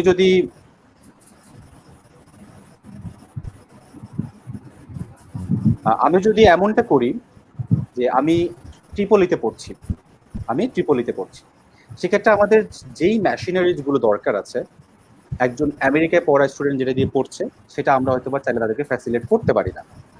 চেষ্টা থাকে, আমি রেসপেক্ট করছি ইউনিভার্সিটির চেষ্টাগুলোকে, বাট আসলে সবসময় আমরা পারি না, কারণ আমরা থার্ড ওয়ার্ল্ড কান্ট্রি। এটা আসলে ইউনিভার্সিটির দোষ না, এটা আমরা হচ্ছে আসলে এমন একটা জায়গায় আছে, আমরা উন্নয়নশীল দেশে আছি, তো আমরা চাইলে অনেক কিছু করতে পারি না। কিন্তু যদি আমরা আইটি সেক্টরে কাজ করতে যাই, আমাদের শুরুটা যে উইন্ডোজ দিয়ে হয়, যে অপারেটিং সিস্টেম দিয়ে হয়, সেটা ম্যাক, উইন্ডোজ যেটাই হোক না কেন, যে ব্রাউজার দিয়ে হয়, সেটা আমেরিকায় বসা বা কানাডায় বসা একটা স্টুডেন্ট যে জিনিস দিয়ে শিখছে, আমি কিন্তু সেম জিনিস দিয়ে কিন্তু শিখছি। সো আমি যদি প্রপার একটা ওরিয়েন্টেড নিজেকে যদি সাজাতে পারি, গুছাতে পারি, আমাদের জন্য কিন্তু হচ্ছে সুযোগটা আছে। তার প্রমাণ কি? বাংলাদেশ থেকে চিটং ইউনিভার্সিটি বলি, ইভেন নর্থ সাউথ থেকে এখন অনেক স্টুডেন্ট কোথায় আছে? গুগলে জব করছে। আমি দেখেছি যে অনেক প্রাইভেট ইউনিভার্সিটির স্টুডেন্ট, জার্মানির যেহেতু এখন অহরহ বড় বড় ভালো ভালো কোম্পানিতে আছে, সব প্রাইভেট ইউনিভার্সিটির স্টুডেন্ট আছে। পাবলিক ইউনিভার্সিটি তো আছেই, তারা তো করছেই, পাবলিক গুলো, প্রাইভেটও এখন যুক্ত হয়েছে সমান কাজে। তার মানে হচ্ছে আইটি সেক্টরটা সবার জন্য ওপেন। এমন কি হয় যে বাংলাদেশের জন্য একটা ফেসবুক ভার্সন, আমেরিকার জন্য আরেকটা? না, গ্লোবালি একটাই রিলিজ হচ্ছে, তাই না? তার মানে হচ্ছে যে আমাদের আইটি সেক্টরের ক্ষেত্রে সুযোগ আছে। যেমন আমরা যদি একটা বলি, অ্যান্ড্রয়েড বেরোচ্ছে, অ্যান্ড্রয়েড একটা ভার্সন বেরোচ্ছে, রিলিজ হচ্ছে, আইফোন একটা ভার্সন রিলিজ হচ্ছে, সেটা কিন্তু গ্লোবালি হয়।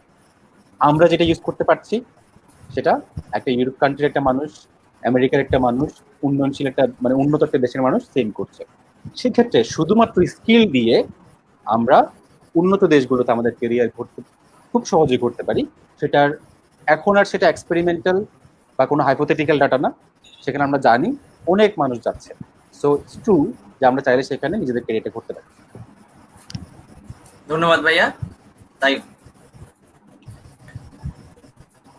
অসংখ্য ধন্যবাদ ভাইয়া। আমি যদি একজন ভালো প্রোগ্রামার হই, তাহলে কি আমি একজন ভালো ডেভেলপার হতে পারবো? একটু বলতে। আচ্ছা, আমাদের যারা কম্পিউটার সায়েন্সে পড়ালেখা করি, তারা সবাই প্রথম স্বপ্ন থাকে আমি প্রোগ্রামার হব। জানি না কেন, আমি এই অল্প সময়ের মধ্যে আমি বিগত কয়েক বছর ধরে আমি হচ্ছে কমিউনিটিতে কাজ করছি, অনেকগুলো ইউনিভার্সিটি সেশন নিয়ে আমার সুযোগ হয়েছে। সেখানে অনেক বড় একটা সংখ্যা বলে আমি প্রোগ্রামার হব, অনেক বড় একটা সংখ্যা বলে আমি হচ্ছে প্রোগ্রামার হব। তার মানে ধরে নেই যে সিএসসি তে কেউ পড়লে তার একটা হচ্ছে ডিফল্ট, একটা হচ্ছে ড্রিম বা কিছু একটা, আমি প্রোগ্রামার হব।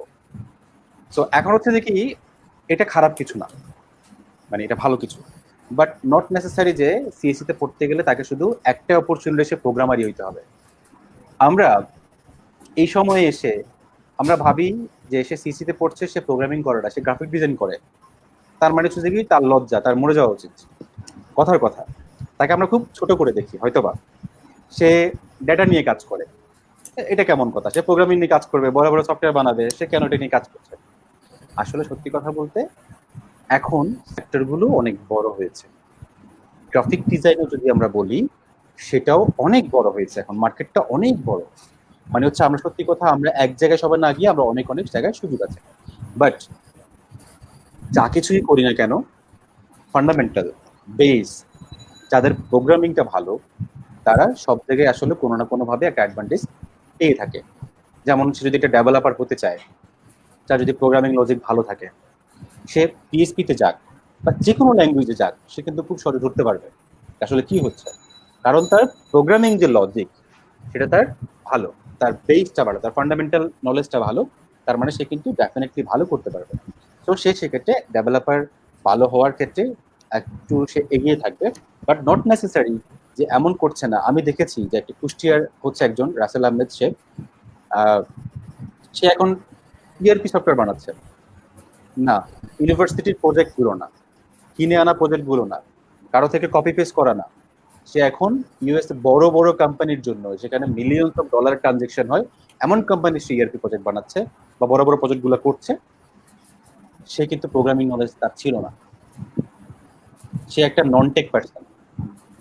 সে শুরু করছে ওয়ার্ডপ্রেস দিয়ে, এখন সে হচ্ছে প্রোগ্রামিং ল্যাঙ্গুয়েজ এটা সেটা দিয়ে অনেক কিছুতে সে পিএসপি ওওপি অনেকগুলো করে করে করে করে শিখছে।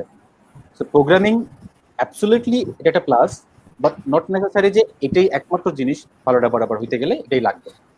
সো এটা ভাইস ভার্সা, হইতেও পারে নাও হইতে পারে, ডিপেন্ড করতেছে হচ্ছে যে আমাদের ডেডিকেশন, মোটিভেশন, আমরা কেমন কি নিয়ে আগাচ্ছি এটা নিয়ে। অসংখ্য ধন্যবাদ ভাইয়া। আপনার কাছে আমার এখন কোয়েশ্চেন হচ্ছে, আইটি সেক্টর পশ্চিমবঙ্গ বিশ্বে অনেক উন্নত আমরা জানি, তো বাংলাদেশের আইটি সেক্টর উন্নতি করার জন্য কি কি পদক্ষেপ গ্রহণ করা উচিত বলে আপনি মনে করেন?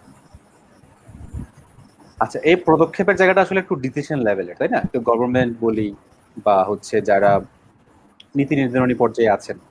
যেমন ধরি যে আমি একটা স্টুডেন্ট, আমি টেকনোলজির অনেক কিছু জানি, কিন্তু আমি চাইলে কিন্তু ইউনিভার্সিটি কাঠামো চেঞ্জ করতে পারবো না।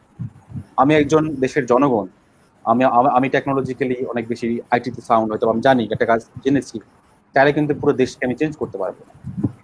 কিন্তু আমাদের এখানে আবার করোনা চলে আসে, কিন্তু করোনা আমাদের কি করেছে, জোর করে আইটিকে অ্যাডপ্ট করা শিখিয়েছে। যে কেউ ভাবেনি যে কেরিয়ার মানে পড়ালেখার এই সময় এসে সে অনলাইনে ক্লাস নিয়ে তাকে ইউনিভার্সিটি শেষ করতে হবে, কিন্তু আমাদের এটা অ্যাডপ্ট করতে হয়েছে। তো এটা হচ্ছে আমরা একটা পরিস্থিতির শিকার হয়ে করেছি। তো পরিস্থিতির শিকার হয়ে করা একটা বিষয়, নিজেদের উন্নতি করার জন্য করা হচ্ছে আরেকটা বিষয়। সেক্ষেত্রে একটা জিনিস করতে হবে আমাদের এই জায়গাটাতে, যেহেতু আইটি সেক্টর হচ্ছে এমন একটা সেক্টর যেটা সবার জন্য ওপেন, তাহলে যে কেউ অ্যাডপ্ট করতে পারতেছে, যে কেউ।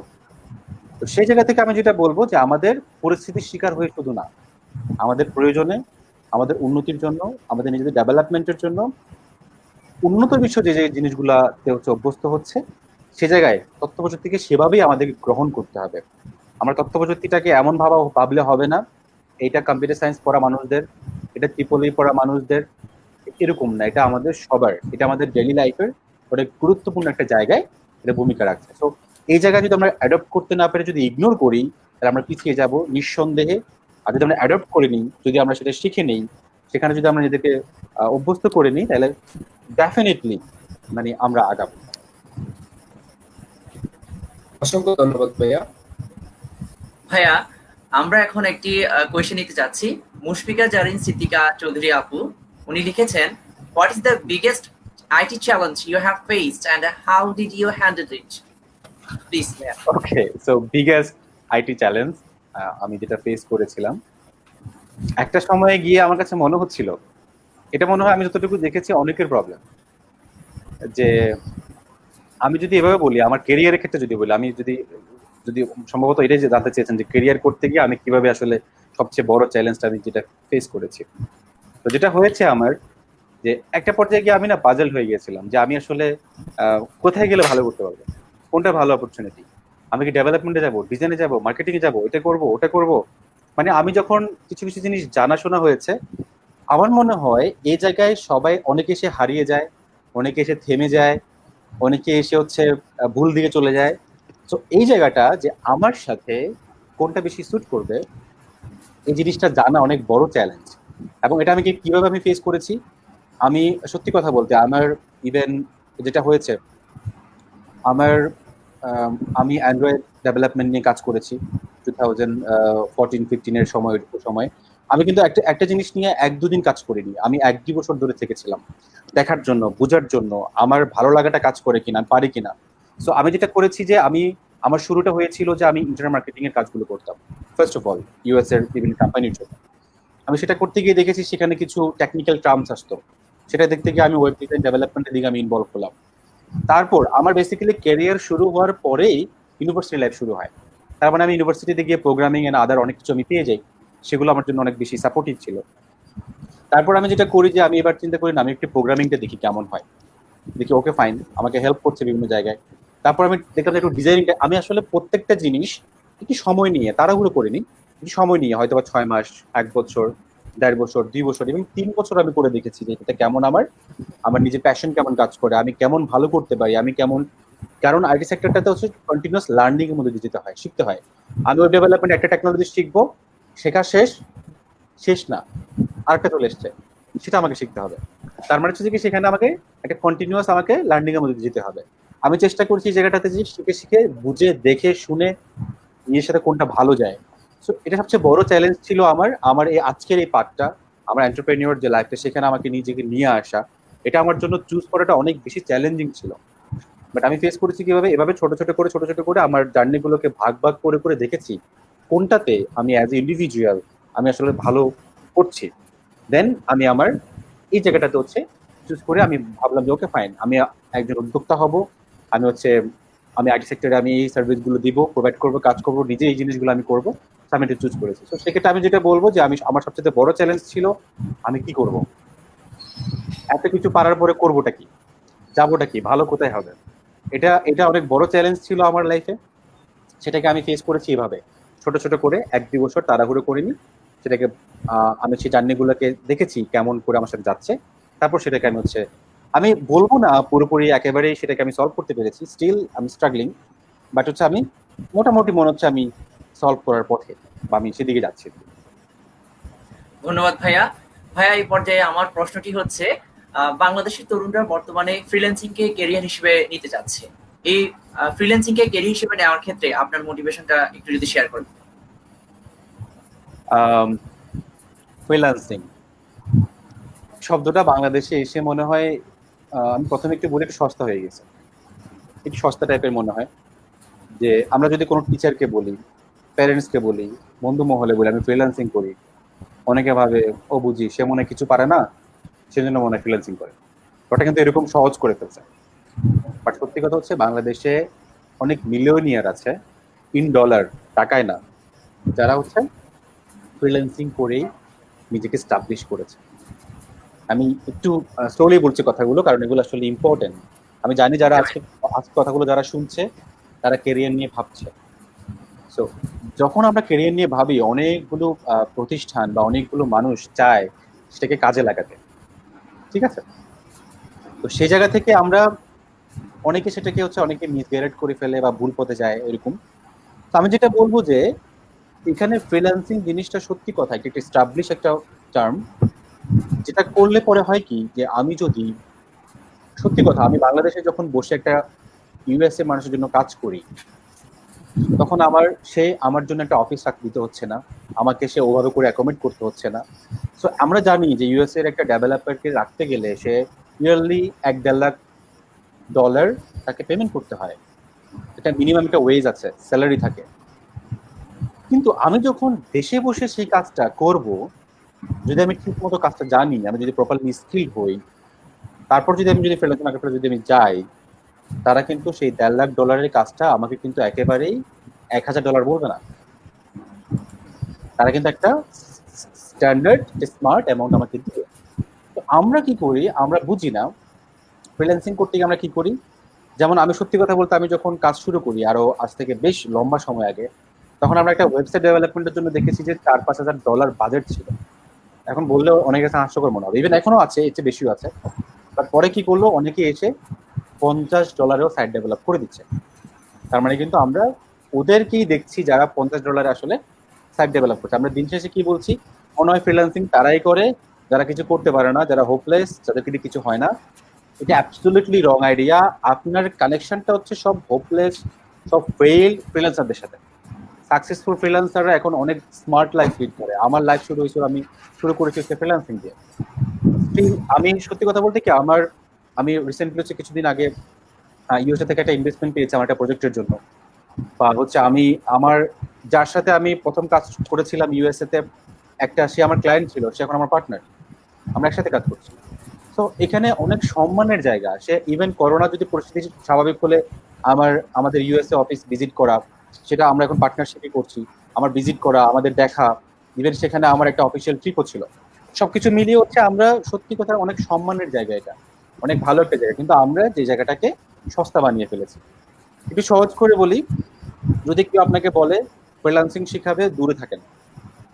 যদি বলে আউটসোর্সিং শিখাবে, দূরে থাকেন। কারণ হচ্ছে কি, ফ্রিল্যান্সিং আপনি একটা বিষয়ের উপর, আপনি web design, development, graphic design, machine learning, data mine, whatever, যে কোনো একটা জিনিস আপনি যখন শিখবেন কাজ, সেই কাজটা কিভাবে করবেন সেটাই হচ্ছে ফ্রিল্যান্সিং।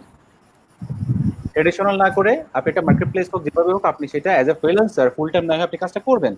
তো আপনি কখনো এরকম করেছেন চাকরি কিভাবে করা যায় তার ট্রেনিং কখনো করেছেন? তাহলে কেন আপনি ফ্রিল্যান্সিং ট্রেনিং বলে সেখানে আপনি দৌড়ে যাচ্ছেন? তার মানে আপনাকে আসলে একটা ট্র্যাপে ফেলা হচ্ছে। আপনি বলবেন যে ফ্রিল্যান্সিং বেস একটা কেরিয়ার করার জন্য আমি ওয়েব ডিজাইন এন্ড ডেভেলপমেন্ট শিখবো, সেখানে যান। আপনি প্রতারণায় পড়বেন না, প্রতারিত হবেন না। আপনি যদি কোথাও শিখতে যান ফ্রিল্যান্সিং, সেখানে লিখবেন কি কি শেখা আছে। আপনাকে এসইও শেখাবে, ওয়েব ডিজাইন শেখাবে, অ্যাপ ডেভেলপমেন্ট শেখাবে, ইন্টারনেট মার্কেটিং শেখাবে। আপনি কিভাবে শিখবেন এতগুলো? আপনি তো কাজ করবেন একটা জিনিস নিয়ে। আমি বলবো এই প্রতারণার জায়গাটা থেকে নিজেদেরকে সেফ রাখুন। কারণ হচ্ছে আমি এখন একটু বের হয়ে গেল, আমি কিন্তু কোর্সের সাথে কিছুটা সময় আমার একাডেমিক লাইফ এখানে আমার কেটেছে। আমি সিইসি ফার্স্ট স্টুডেন্ট ছিলাম, ডে ব্যাচের। সে জায়গা থেকে আমি বলবো এখানে যারা আছে তারা আমার ছোট ভাইয়ের মতো। আমি তাদেরকে একটা সাজেস্ট করবো যে তোমরা তোমাদের ক্যারিয়ারের প্রশ্ন সেখানে চিন্তা করে ভেবে চিন্তে তোমরা ডিসিশন নেবা। ইউনিভার্সিটির যে ফাউন্ডেশন দিচ্ছে সেটাকে প্রফেশনাল জায়গায় নিয়ে যেতে গেলে খুব তাড়াহুড়ো করার দরকার নেই, চিন্তে কাজ করতে হবে। সো সেক্ষেত্রে ফ্রিল্যান্সিংটা এখনো তোমার একমাত্র পছন্দ হইতে পারে, বাট সাবধান, সেটা যেন সঠিক ফ্রিল্যান্সিংটা হয়, স্প্যাম বা আজে বাজে কিছু যেন না হয়।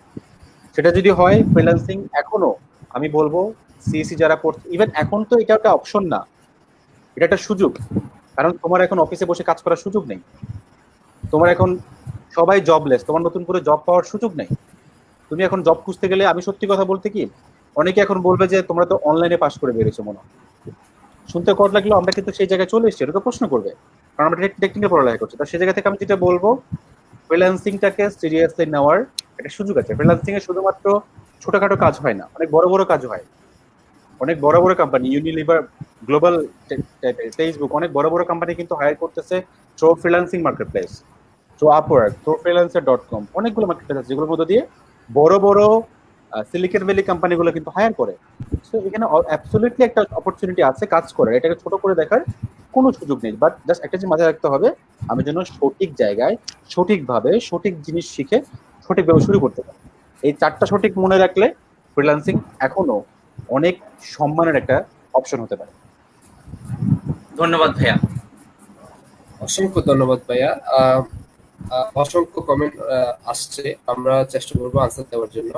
আমি একটা কোয়েশ্চেন নিতে যাচ্ছি, সেটা হচ্ছে লিও মাহমুদ ইসলাম তুষার কমেন্ট করেছেন, ব্যাংক জবের কম্পিউটারের কোন কোন ফাংশন জানা প্রয়োজন, কি ইউজ করা প্রয়োজন, অর্থাৎ উনি কোন কোন বেসিক গুলো জানলে উনি ব্যাংক সেক্টরে বাধার সম্মুখীন হবেন, এটা জানতে চাচ্ছি।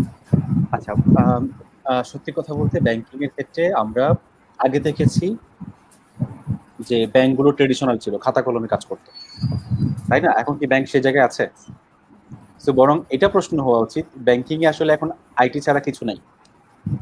আমি লাস্ট ফিজিক্যালি ব্যাংক কখন গিয়েছি আমার মনে নাই, কিন্তু ব্যাংকিং আমার কার্যক্রম চলতেছে, প্রতিদিন পেমেন্ট করতেছি, প্রতিদিন আমার ক্যাশ রিসিভ করতে, আমার টাকা রিসিভ হচ্ছে, আমি টাকা পাঠাচ্ছি, নিচ্ছি, আমার অনেকগুলো পেমেন্ট হচ্ছে। তার মানে কিন্তু আমি এর আগে কিন্তু কাজগুলো করতে আমাকে ব্যাংকে যেতে হতো, যেতে হতো, এখন কিন্তু যেতে হচ্ছে। তার মানে কিভাবে করতেছি, আমার মোবাইলে একটা অ্যাপ্লিকেশন আছে। তার মানে ব্যাংকিং এ ক্যারিয়ার করতে গেলেও আমাদের এখন এই জিনিসগুলো জানতে হবে। তো তারপর একটু বলি, ধরলাম আমি আইটিটাকে আমি করবো না, আমি কাজ করবো হচ্ছে হয়তো বা একেবারেই বিবিএতে পড়া যেখানে পড়েছি আমি সেই নিয়ে কাজ করবো। বাট সেটা জানতে গেলে আমাকে যেটা জানতে হবে যে আমাদের যেটা জানতে হবে ফার্স্ট অফ অল একেবারে বেসিক, যখন আমরা একটা ব্যাংকে যাব দেখবো ওদের সবচেয়ে বেশি যে কাজগুলো হয় তারা একটা ইমেল ক্লায়েন্ট ইউজ করে, তারা কিন্তু একটা ইমেল ক্লায়েন্ট ইউজ করে, তাই না? তো আমাকে আউটলুক হোক বা যে কোনো একটা মেইল ক্লায়েন্ট আমাকে শিখতে হবে। আমি এমন যদি হয় যে আমি একটা ব্যাংকে জব করছি যার বেশিরভাগ অপারেশন হচ্ছে আইটি দিয়ে, সেখানে গিয়ে আমি একটা স্টেটমেন্ট প্রিন্ট করতে পারছি না, প্রিন্টারকে খুঁজে পাচ্ছি না, ড্রাইভার ইনস্টল করতে পারছি না, ওএস এর বেসিক ট্রাভেল শুটিং গুলো সলভ করতে পারছি না, তার মানে সত্যি কথা আপনাকে খুব সহজেই তারা বুঝে নিবে যে আপনি অযোগ্য। তার মানে আপনাকে সেখানে টিকিয়ে রাখতে গেলে একেবারে সহজ করে বলতে গেলে কম্পিউটারের বেসিক অপারেশন গুলো যে কোনো একটা ওএস, সেটা উইন্ডোজটা হচ্ছে আমাদের বাংলাদেশে বেশি প্রেফারেবল, সেটা জানতে হবে। সেটা বেসিক ট্রাভেল শুটিং গুলো আপনি জানলেন। আইটির মানুষ থাকে, বাট সত্যি কথা বলতে কি যখন আপনাকে দেখবে যে ম্যানেজার আপনি কিছু ছোটখাটো বিষয়েও আপনি আইটির লোককে ডাকছেন, সে ভাববে আপনি আসলে কম্পিটেন্ট না, আপনাকে ভাববে যে কেউ ওকে ফাইন, এই 10 জনের মধ্যে 2 জন এরা আসলে যে কোনো কিছু হলে একে ডাকে ওকে ডাকে, ওদেরকে আগে কিছু করা যায় কিনা দেখো। তো সেক্ষেত্রে আপনাকে যদি কম্পিটেন্ট হইতে হয়, টিকে থাকতে হয়, আপনার শুরুটা করতে হবে বেসিক দিয়ে। আমার একটা ফ্রেন্ড ছিল, সে ব্র্যাকে হচ্ছে কাজ করে, তো বেসিক্যালি সে হচ্ছে নন আইটি পার্সন, বাট সে একটা প্রজেক্টে কাজ করতে গিয়ে দেখতেছে যে কি তার একটা টিম কাজ করতে হয়েছে একটা ওয়েবের টিম নিয়ে, ব্র্যাকে একটা ওয়েবের টিম নিয়ে কাজ করতে হয়েছে, আর সেখান থেকে ভালো লাগে কাজ করে সে ওয়েবের কাজগুলো শিখবে। আনফরচুনেটলি সে ব্র্যাকের জবই ছেড়ে দিয়েছে। কেন? অলমোস্ট ছেড়ে দেওয়ার পথে আর কি, ছেড়ে দিয়েছে বলে অলমোস্ট ছেড়ে দেওয়ার পথে, ওটা এখন তার সেকেন্ড জব হয়ে গেছে। ফার্স্ট জব হচ্ছে তার এখন, সে এখন মার্কেট প্লেসে ফুল টাইম সে ফ্রিল্যান্সিং করে, তার ব্র্যাকেট চাইতে বেশি আর্নিং এখন মার্কেট প্লেস থেকে আসে। তো আপনাকে আগে বেসিকটা শিখে জার্নি শুরু করে দেন, দেখবেন এখানে আপনার ভালো লাগা যদি কাজ করে আপনি অনেক দূর যেতে পারবেন। বাট বেসিক আপনাকে শিখতে হবে, বা কম্পিউটার অপারেটিং সিস্টেম গুলো জানতে হবে, মেইল ক্লায়েন্ট জানতে হবে, আপনার যেমন সেটা আউটলুক হইতে পারে, সেটা হচ্ছে এরকম অনেকগুলো মেইল ক্লায়েন্ট আপনারা জানানো হয়তো বা আছে, বা ইভেন অনেক সময় অনেক bank customize mail client use করছে, জানতে হবে। এগুলো জেনে নিলে আপনারা হচ্ছে, আর তার চেয়ে বড় কথা টাইপিংটা শিখে নেবেন, মাস্ট। এটা হচ্ছে মাস্ট স্কিল, টাইপিং জানা লাগবে। টাইপিং ছাড়া, ভালো টাইপিং ছাড়া, কারণ হচ্ছে কি প্রথম আপনি যখন কম্পিউটারে কাজ করবেন সবার আগে দেখবে আপনি যদি দেখেন এরকম করে যদি খুঁজে খুঁজে দেখেন, সেভাবে আপনি কম্পিউটারে কিছু জানেন না। আপনি কিছু না জানলেও আপনি যদি প্রপারলি কিবোর্ড ধরতে পারেন, সে ভাববে যে কিনা ও মনে হয় জানে বা শিখে নিতে পারবে। তো এটা হচ্ছে একটা মাস্ট স্কিল, আপনার টাইপিং স্পিডটা একটু বাড়িয়ে নেন। খুব সুন্দর এবং গুছানো আনসার। তো ভাইয়ের কাছে আমার পরবর্তী প্রশ্ন হচ্ছে, বর্তমান বিশ্ব রোবোটিক্স ও আর্টিফিশিয়াল ইন্টেলিজেন্সে যুগছে, তো এই সেক্টরটার জন্য তরুণদের জন্য আপনার পরামর্শ কি থাকবে, কি সম্ভব ছিল? আচ্ছা, আর্টিফিশিয়াল আর রোবোটিক্স, তাই তো? আচ্ছা, এআই এবং রোবোটিক্স। আচ্ছা, আগে আমরা রোবট মানে ভাবতাম সিনেমায় যেগুলো দেখা যায়, বড় বড় কারবার হচ্ছে, ম্যাট্রিক্স এই সেই যেগুলো দেখতাম সেগুলো ভাবতাম রোবট। বাট এখন আমরা রোবট বলতে কি, যেমন আমরা দেখি এখন মসজিদে যখন আমরা ঢুকি তখন একটা ডিসইনফেকশন একটা কি মেশিন থাকে না, সে কি করে, আমি যখন গিয়ে দাঁড়াবো, যখন সে আমাকে সেন্স করতে পারে, সে হচ্ছে একটা জীবাণুনাশক বিষয়গুলো সে স্প্রে করে দিচ্ছে একটা যথেষ্ট পরিমাণে যতটুকু দিতে হচ্ছে, তারপর আমি যখন যাই নেক্সট জন আসলে তাকে সেন্স করে তারপর তাকে আবার করছে। তো এটা একটা রোবোটিক প্রসেস। রোবট মানে এমন না যে ম্যাট্রিক্সের মতো একটা মানে একটা কিছু একটা হবে, এরকম না, ছোট ছোট কাজগুলোতে আমাদের। তো আমরা দেখতে পাচ্ছি যে এখন আমাদের কি বলতে আমরা এখন ফ্রেন্ডের সাথে আড্ডা দিতে গেলে কি হ্যান্ডশেক করতে পারি? আগের মতো পারি না। কোলাকুলি করতে পারি না, খুব একটা মিশতে পারি না। তার মানে সোশ্যাল ডিস্টেন্সিংটাকে আমরা এখন খুব বেশি অ্যাপ্রিশিয়েট করতে হচ্ছে, অ্যাডজাস্ট করতে হচ্ছে। তো এটা আসলে রোবট ছাড়া এই জিনিসটাতে আমরা খুব একটা পসিবল হবে না। আমাদের রোবোটিক যে নলেজ, রোবোটিক যে টেকনোলজিগুলো সেগুলোতে আমাদের অ্যাডপ্ট করতেই হবে, কারণ চলে আসতেছে অলরেডি রোবোটিক্স বিষয়গুলো। তো এরপর হচ্ছে আর্টিফিশিয়াল ইন্টেলিজেন্স।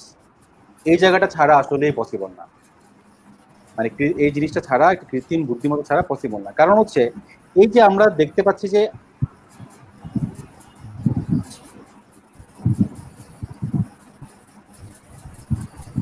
আমাকে যখন সরি আমি একটু ডিসকানেক্ট হয়ে গিয়েছিলাম। তো অ্যাজ এ হিউম্যান যখন আমি দাঁড়ালাম, সে আমাকে সেন্স করতে পারলো, আমাকে সে সেন্স করে সে ভাবলো যে ওকে সে এখানে দাঁড়িয়েছে, আমাকে সে স্প্রে করলো। আমার একটা যখন সার্টেন টাইম যখন সে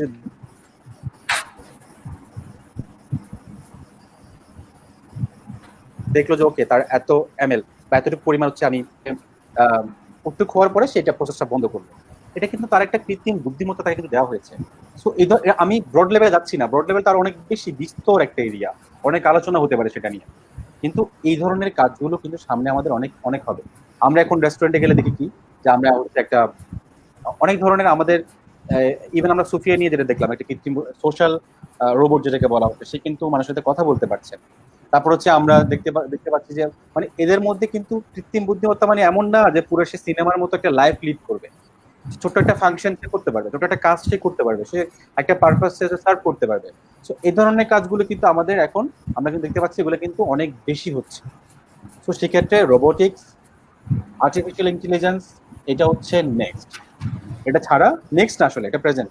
তো এটা ছাড়া আমাদের সার্ভাইভ করা, টিকে থাকা পসিবল হবে না। আমরা রেস্টুরেন্টে গেলে আর টেবিলে হচ্ছে বয় দেখবো না, মানুষ আসবে না, আসবে হচ্ছে একটা রোবট, সে আমাদেরকে ফুড সার্ভ করে যাবে, ইভেন করছেও। সো রোবট ছাড়া ফিউচার ইম্পসিবল। অসংখ্য ধন্যবাদ ভাই। ভাইয়া, মোহাম্মদ হামিম রশিদ একটি প্রশ্ন করেছে, সিইসি তে আছি 2 বছর হয়ে গেছে, বাট এখনো কোডিং এর সাইডে ভালো করে এক্সপার্ট হতে পারছি না। এক্ষেত্রে কোডিং এ এক্সপার্ট হতে কি কি রুলস ফলো করা যেতে পারে? আচ্ছা, আসলে এটা একজনের প্রবলেম না, আমার যতটুকু মনে হয় এটা অনেকের প্রবলেম। কিভাবে অনেকের প্রবলেম? আমরা প্রোগ্রামিং গুলো যখন করি আমাদেরকে বলা হয় স্পেসিফিক কিছু আমরা প্রবলেম সলভ করি, যেগুলো একেবারে গদ বাঁধা, যে 10টা হয়তো মিড টার্মে আর 10টা হয়তো বা ফাইনাল টার্মে, এরপরে হয়তো বা করলাম হচ্ছে সি, এরপর করলাম জাভা, এরপর করলাম এটা, সরি অনেকগুলো করলাম। বাট আমরা আসলে এই প্রোগ্রামিং গুলোকে না রিয়েল লাইফের সাথে কখনো কানেক্ট করতে পারি, ইন্টারেক্টিভ করতে পারি নাই। আমি যেটা বলবো যে প্রোগ্রামিংটা কেন শিখছি সেই মোটিভেশনটা আমার আগে থাকতে হবে। সেটা হোক টাকা, সেটা হোক আমার একটা সফটওয়্যার বানানো, সেটা আমাকে একটা একটা ভিজিবল একটা গোল থাকতে হবে। প্রোগ্রামিংটা শেখার পর আমি করবো নাকি, আমি যদি একটা গোল সেট না করি তাহলে কিন্তু আমরা আসলে এই প্রোগ্রামটা কখনো মজা লাগবে না। যখনই শিখতে যাব, যখনই করতে যাব বোরিং লাগবে। 2 বছর না 6 বছর পরেও এসে আমরা বলবো আমরা আসলে শিখতে পারছি না। কারণ শিখলেও আমরা আসলে মুখস্থ করছি, মুখস্থ করলে হবে না। কোড মুখস্থ করার বিষয় না, এটা বুঝার বিষয়, আত্মস্থ করার বিষয়। অনেকে দেখবে যে কি খুব কম কোডিং জানে, কিন্তু সে কিন্তু খুব ভালো কাজ জানে, সে কিন্তু আইটিতে ক্যারিয়ার করছে। কিভাবে? কারণ সে সেই জিনিসটাকে যে প্যাশনের জায়গা থেকে, ভালো লাগার জায়গা থেকে সে কানেক্ট করতে পেরেছে। তো আমি একটা বিষয়, আরেকটা বিষয় হচ্ছে কি আমাদের ইউনিভার্সিটিতে কিন্তু কি হয়, আমাদের সময় খুব কম থাকে, 4 মাস 6 মাস। আমরা আজকে এটা শিখলাম, কালকে ওইটা, আমরা খুব বেশি সুইচ করতে হয়। এটা অনেক লিমিটেশন থাকে, আমাদের একাডেমিক স্ট্রাকচারই হচ্ছে এইটা, আমাদের এটার বাইরে যাওয়ার আসলে সুযোগ নেই। কিন্তু আমাদের যেটা করতে হবে, ইউনিভার্সিটি যা করাচ্ছে করা, সেটা ইগনোর করার সুযোগ নেই, সেটা অবশ্যই প্রয়োজনীয় জিনিস করতে হবে। পাশাপাশি আমি যেটাকে বেশি আমার ভালো লাগছে, আমি সিতে ভালো লাগছে, ওকে আমার ইউনিভার্সিটি সেমিস্টার শেষ তো কি হয়েছে, আমি সি এর উপর একটু বেশি জেনে নিই। আমি এখন হচ্ছে অনলাইনে কোর্স করতে পারছি, কোর্স না করলে ইউটিউবে আমাদের ম্যাটেরিয়ালস আছে, ইন্টারনেটে আমাদের ম্যাটেরিয়ালস আছে, অনেক রিসোর্স আছে, আমি সেখান থেকে শিখে নিই। তারপর একটা পর্যায়ে গিয়ে সেটা আমি রিলেটেবল হবে, আমার কাছে ইন্টারেস্টিং মনে হবে, সেগুলো আমি আস্তে আস্তে আমার কাছে সহজ মনে হবে। কারণ আমি একটা জিনিস আমি একটু বলি, যেদিন পরীক্ষা আমরা দিয়ে আসি সেদিন কিন্তু আমার কাছে পরীক্ষা দিয়ে বাসায় আসার পরে সব প্রশ্ন কিন্তু সহজ মনে হয়, মনে হয় কিনা? কেন মনে হয়? কারণ হচ্ছে যে কি আমাদের তখন আমরা একটু কিন্তু আসলে রিল্যাক্স থাকি, মেন্টালি আমাদের কোনো প্রেশার থাকে না, এটা কিন্তু খুব জরুরি। তো আমরা যখন মেন্টাল প্রেশার একেবারে থাকবে না, তখন যদি নিজের জন্য শিখি আমরা কিন্তু খুব ভালো করতে পারবো। আমরা ইউনিভার্সিটি ক্লাসে যেতে কিন্তু কষ্ট হয়, বন্ধুর বার্থডে পার্টি যেতে কিন্তু কষ্ট হয় না। কেন? ওটা নিজের মনের খোরাকের জন্য যাচ্ছে, কেউ চাপ দিচ্ছে না। ঠিক একইভাবে ইউনিভার্সিটির সেই জিনিসটা করার পাশাপাশি আমি যদি প্রোগ্রামিংটার জন্য আলাদা করে সময় রাখি 1 ঘন্টা করে, অনেকে ভাববে যে প্রথম দিন 10 ঘন্টা করে ফেলবে, রাতে ঘুমাবে না, পরের দিন আর দেখা নাই, হবে না, লাগবে না, এত বেশি মরিয়া হওয়ার দরকার নেই। অনেকে প্রোগ্রামিং শিখতে গিয়ে ইউনিভার্সিটি পড়ালেখা শেষ করে ফেলতেছে, দরকার নেই। পাশাপাশি 1 ঘন্টা করে সময় দেন, 4 বছর সময় পড়ে আছে, 1 ঘন্টা করে দিলে 4 বছরে কতক্ষণ হয়? ম্যাসিভ একটা চেঞ্জ আসবে, ম্যাসিভ। হুট করে কিছু করার দরকার নেই, সময় দেন, ভাবেন, সেটাকে নিজের সাথে কানেক্ট করেন। আমি এটুকু আশা করব যে ইনশাল্লাহ এন্ড অফ দ্য ডে একটা সময় এসে খুব সহজ, খুব দ্রুততম কোনো একটা সময় গিয়ে সেটাকে ভালো লাগে কাজ করবে, সে প্রোগ্রামিং এর প্রতি যে স্কিলটা, প্রপার স্কিলটা হওয়া শুরু করবে। আমার এখন মোটিভেশন কি কাজ করে, আমি এখন কাজ করলে টাকা পাই, তো আমার এখন প্রোগ্রামিং যে কোড করতে হয়, এটা কঠিন, এটা ভাবি না আমি আর, কারণ আমি এটা কোড করলে পরে এটার সাথে একটা টাকার কানেকশন আছে, টাকা দিয়ে কি করি, মানুষের হ্যাপিনেস কিনতে পারি, ভালো থাকতে পারি, লাইফস্টাইল করতে, তার মানে আমার এখন কিন্তু এটার পিছনে একটা কিন্তু মোটিভেশন আছে। সো উইদাউট মোটিভেশন, উইদাউট একটা কিছু ছাড়া আমরা কিন্তু কিছু করতে পারবো না। তো ওটাকে কানেক্ট করে ফেলেন, আমি শিওর ডেফিনেটলি একটা ভালো জায়গায় চলে যেতে পারবো আমরা। অনেক ধন্যবাদ ভাইয়া। ভাইয়া একটি প্রশ্ন এসেছে, আমরা একটু অপেক্ষা করি, ভাইয়ার নেটওয়ার্ক একটু অনেক সমস্যা হচ্ছে।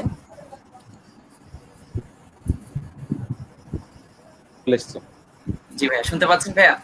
জি আমি শুনতে পাচ্ছি।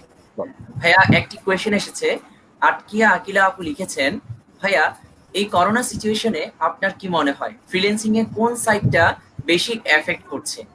Is it article writing or graphic? Effect বলতে হচ্ছে উনি আসলে প্রশ্নটা কি বুঝিয়েছে আমি আসলে ক্লিয়ার না, যে আসলে কি সুযোগ বেশি, অপরচুনিটি তৈরি হয়েছে, মানে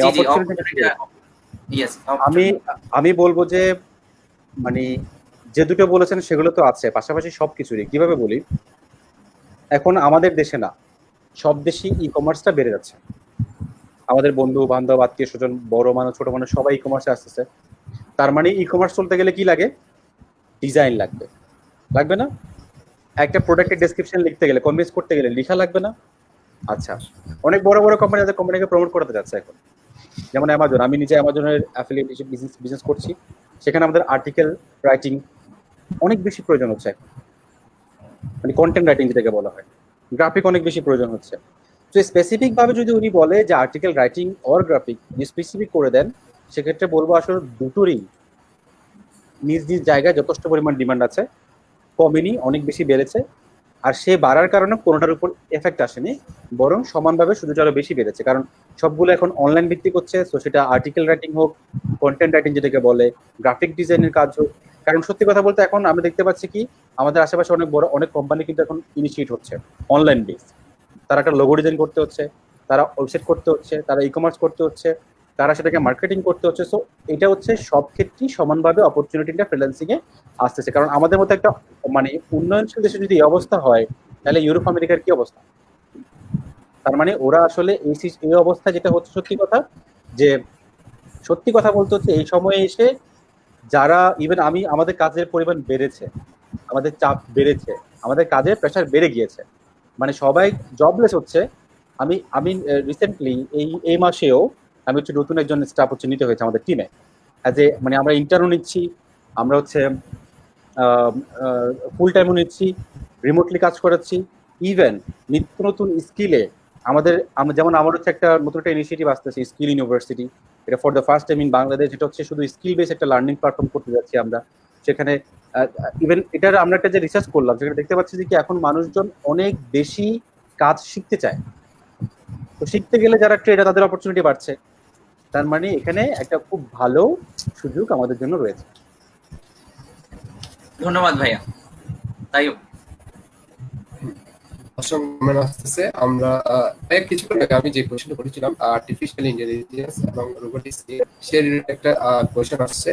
কোশ্চেনটা হচ্ছে এরকম: artificial intelligence is a blessing and as well as threat. We can see in their near future that each every small thing are going to be under their control. Eventually, people will become ultra-human and ideal. If you give your opinion, it will be pleasant.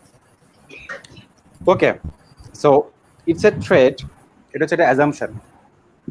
আমরা আজ থেকে 5 বছর আগে ভাবছিলাম কি, প্রযুক্তি যখন আসবে মনে হয় আমরা তখন আমাদেরকে দিয়ে কিছু হবে না, পুরোপুরি আমাদেরকে রিপ্লেস করে ফেলবে। এখন ভাবতেছি আমরা আমাদেরকে রিপ্লেস করবো। বাট সত্যি কথা বলতে আমরা সৃষ্টির সেরা জীব বলতে গেলে, এটা যেভাবে আমরা ব্যাখ্যা করি না, কারণ আমি টেকনিক্যাল পার্সপেক্টিভ থেকে কথা বলবো। সে জায়গা থেকে যদি আমাদের অ্যানালাইটিক্যাল জিনিস আমরা যদি মুখস্থ না করি, শিওরলি আনএমপ্লয়মেন্ট বাড়বে, মানুষজন বেকার হয়ে যাবে, কিছু করার থাকবে না, শিওর, ফর শিওর। বাট এটা এমন না যে আমরা এই যে মানব সভ্যতা একবারে বিলুপ্ত হয়ে যাবে, ব্যাপারটা কিন্তু এরকম না। যখন টেলিফোন টেলিকমিউনিকেশন ইন্টারনেট আসতেছিল সবাই তখন ভয় পাচ্ছিলাম যে এরপরে মনে হয় সব শেষ হয়ে যাবে, মানুষ মনে হয় দেখা করবে না, এটা করবে না। আসলে এরকম না।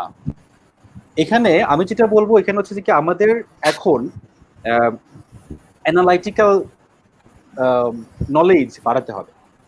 কারণ হচ্ছে রোবট বা এআই সে কিন্তু নিজে নিজে অত বেশি ভাবতে পারে না। আমরা যা ভাবাবো, যা ভাবতে বলবো সে তাই ভাবতে পারবে। তার মানে হচ্ছে এই ভাবানোর মানুষগুলোর ডিমান্ড কিন্তু বেড়ে যাবে। ভাবাতে তো হবে, তাকে তো প্রোগ্রাম করে দিতে হবে কেউ না কেউ, তাই না? তো সেই জায়গা থেকে মুখস্থ যারা বিদ্যা আছে, যারা জাস্ট পড়ে জাস্ট পড়ছি মুখস্থ করছি, এই ধরনের যেই পড়ালেখাগুলো, আমরা একটা জিনিসকে খেয়াল করছি যে একটা সময় কি ছিল, ট্রিপল এর খুব ডিমান্ড ছিল, বা ইভেন কম্পিউটার সায়েন্স ডিমান্ড আছে, বিবিএ আছে। এটা চেঞ্জ হয় না সময়ের সাথে সাথে, 15, 20, 30 বছর পর পর এটা কিন্তু চেঞ্জ হবে। সো যাদের পড়ালেখাগুলো এখন এমন যে শুধু মুখস্থ বিষয়, তাদের সময় এসছে একটু অ্যানালাইটিক্যাল জায়গায় নিজেকে নিয়ে যাওয়ার। তাহলে কিন্তু তারা আনএমপ্লয়মেন্ট কারা হবে? যারা মুখস্থ দিতে থাকবে, যারা হচ্ছে তাদের কোনো অ্যানালাইটিক্যাল থটস করতে পারে না, তারা কোনো কিছু ভাবতে পারে না, তাদের কোনো নিজেদের কোনো ইমোশনাল ইন্টেলিজেন্স নাই, কোনো এমপ্যাথির জায়গাটুকু নেই। কারণ একটা রোবট কিন্তু তার প্রতি কিন্তু কোনো এমপ্যাথি কাজ করবে না, তার মধ্যে কিন্তু ইমোশনাল ইন্টেলিজেন্সটা নাই ওই লেভেলে, যেটা আসলে একটা হিউম্যান বিইং এর আছে। তো সেই জায়গা থেকে আমরা যেমন ভেবেছিলাম যে এখন বাংলাদেশ কিন্তু ডিজিটাল হচ্ছে, অনেকের চাকরি চলে যাবে ভাবছিলাম না আমরা, কিন্তু হয়েছে উল্টোটা। সবাই এখন আইটি শিখে নিচ্ছে, সার্ভাইভ করতেছে, সবাই কিন্তু টিকে যাচ্ছে। তো এই ক্ষেত্রেও এটা থ্রেট ডেফিনেটলি, বাট কাদের জন্য? যারা নিজেদেরকে গুছিয়ে নিবে না, যারা নিজেদেরকে অ্যাডজাস্ট করে নিবে, যারা নিজের অ্যানালাইটিক্যাল স্কিলগুলোকে ডেভেলপ করবে না, শিওরলি তারা থ্রেডের মধ্যে আছে।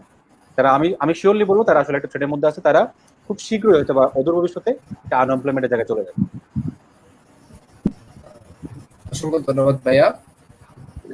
ভাইয়া আমরা জানি যে ফুড ইন্ডাস্ট্রিয়াল রেগুলেশন খুব সন্নিকটে। তো চতুর্থ শিল্প বিপ্লবের জন্য আমাদের তরুণদের কিভাবে নিজেদেরকে তৈরি করা উচিত বলে আপনি মনে করেন? সো ইটস আসলে কাইন্ড অফ রিলেটেড কোশ্চেনটা। কারণ হচ্ছে যে এই যে বললাম যে অটোমেশন, আমরা দেখেছি যে আগে ছিল অনেক ইন্ডাস্ট্রি চলতো ম্যানুয়াল, আমরা মানুষ দিয়ে চলতো। সো ফোর্থ ইন্ডাস্ট্রি রেভলিউশন বলতে কি বোঝাচ্ছে? আমাদের ম্যাক্সিমাম জিনিসগুলো কিন্তু রোবোটিক হয়ে যাবে, সেখানে মানুষ থাকবে না, সেখানে মেশিন চলে আসতেছে। সো এটা অলরেডি কিন্তু চলে আসছে, বড় বড় ইন্ডাস্ট্রি চলে। এখন হচ্ছে কিন্তু ফিফথ ইন্ডাস্ট্রি রেভলিউশন 5 আয়ার নিয়ে কথা হচ্ছে। সো এই জায়গায় সেম জিনিসটাই বলবো, যাদের অ্যানালাইটিক্যাল ইমোশনাল ইন্টেলিজেন্স বা এই জায়গায় যারা টিকবে না, এই জায়গায় যারা নিজেদেরকে আসলে অ্যাডজাস্ট করে নিবে না, যারা শিওরলি ইন ফিউচার মোটামুটি একটা থ্রেডের মধ্যে দিয়ে যাবে। তো সেক্ষেত্রে কি করতে হবে? আমাদেরকে সেই টেকনোলজিগুলো যেগুলো হচ্ছে 4 আয়ারের সাথে হচ্ছে অ্যাডাপ্ট করবে যাবে, সেগুলো আমাদেরকে আসলে নিজেরা আয়ত্তে নিয়ে আসতে হবে, সেগুলোর সাথে আমাদেরকে কানেক্টেড করে নিতে হবে, সেগুলো আমাদেরকে শিখে নিতে হবে, বুঝে নিতে হবে। আদারওয়াইজ আমরা আসলে একটা থ্রেডে পড়ে যাবো। তো আমি যেটা বলবো যে 4 আয়ার অনেকের জন্য যেমন হচ্ছে একটা মানে ব্লেসিংস, আবার অনেকের জন্য এটা কিন্তু থ্রেড, একটা কিন্তু একেবারে কার্ডস বলতে পারি, যে অনেকে কিন্তু একেবারে লাইফ অন্যদিকে চলে যেতে পারে যদি তারা ভেবে নেয় আমি এখানে আছি, এখানেই থাকবো, থাকার সুযোগ অনেকের থাকবে না। বাট এত বেশি ভয় পাওয়ার দরকার নেই, মানব সভ্যতা এত সহজেই আসলে বিলুপ্ত হবে না। এআই আসুক, মেশিন লার্নিং আসুক, ডেটা যাই আসুক না কেন, আমরা মানুষরা সৃষ্টির সেরা জীব। সো বাট কিছু কিছু মানুষ কষ্ট কিন্তু করবে, এই ট্রান্সফরমেশনটার মাঝে কিছু মানুষ কিন্তু কষ্টে পড়ে যাবে। কারা?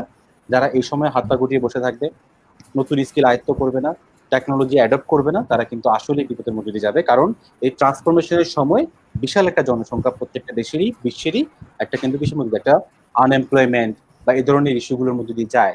সো নিজেকে সেফ রাখতে প্রিপারেশন নিতে হবে এখন থেকে, না হলে কিন্তু আমরা পিছিয়ে পড়বো। অসংখ্য ধন্যবাদ ভাইয়া। আশা করি তারা তরুণরা ভালো একটা উপদেশ পাবেন এবং নিজেদেরকে সেভাবে তৈরি করবেন। ভাইয়া, আমরা আমাদের এপিসোডের একদমই শেষ পর্যায়ে।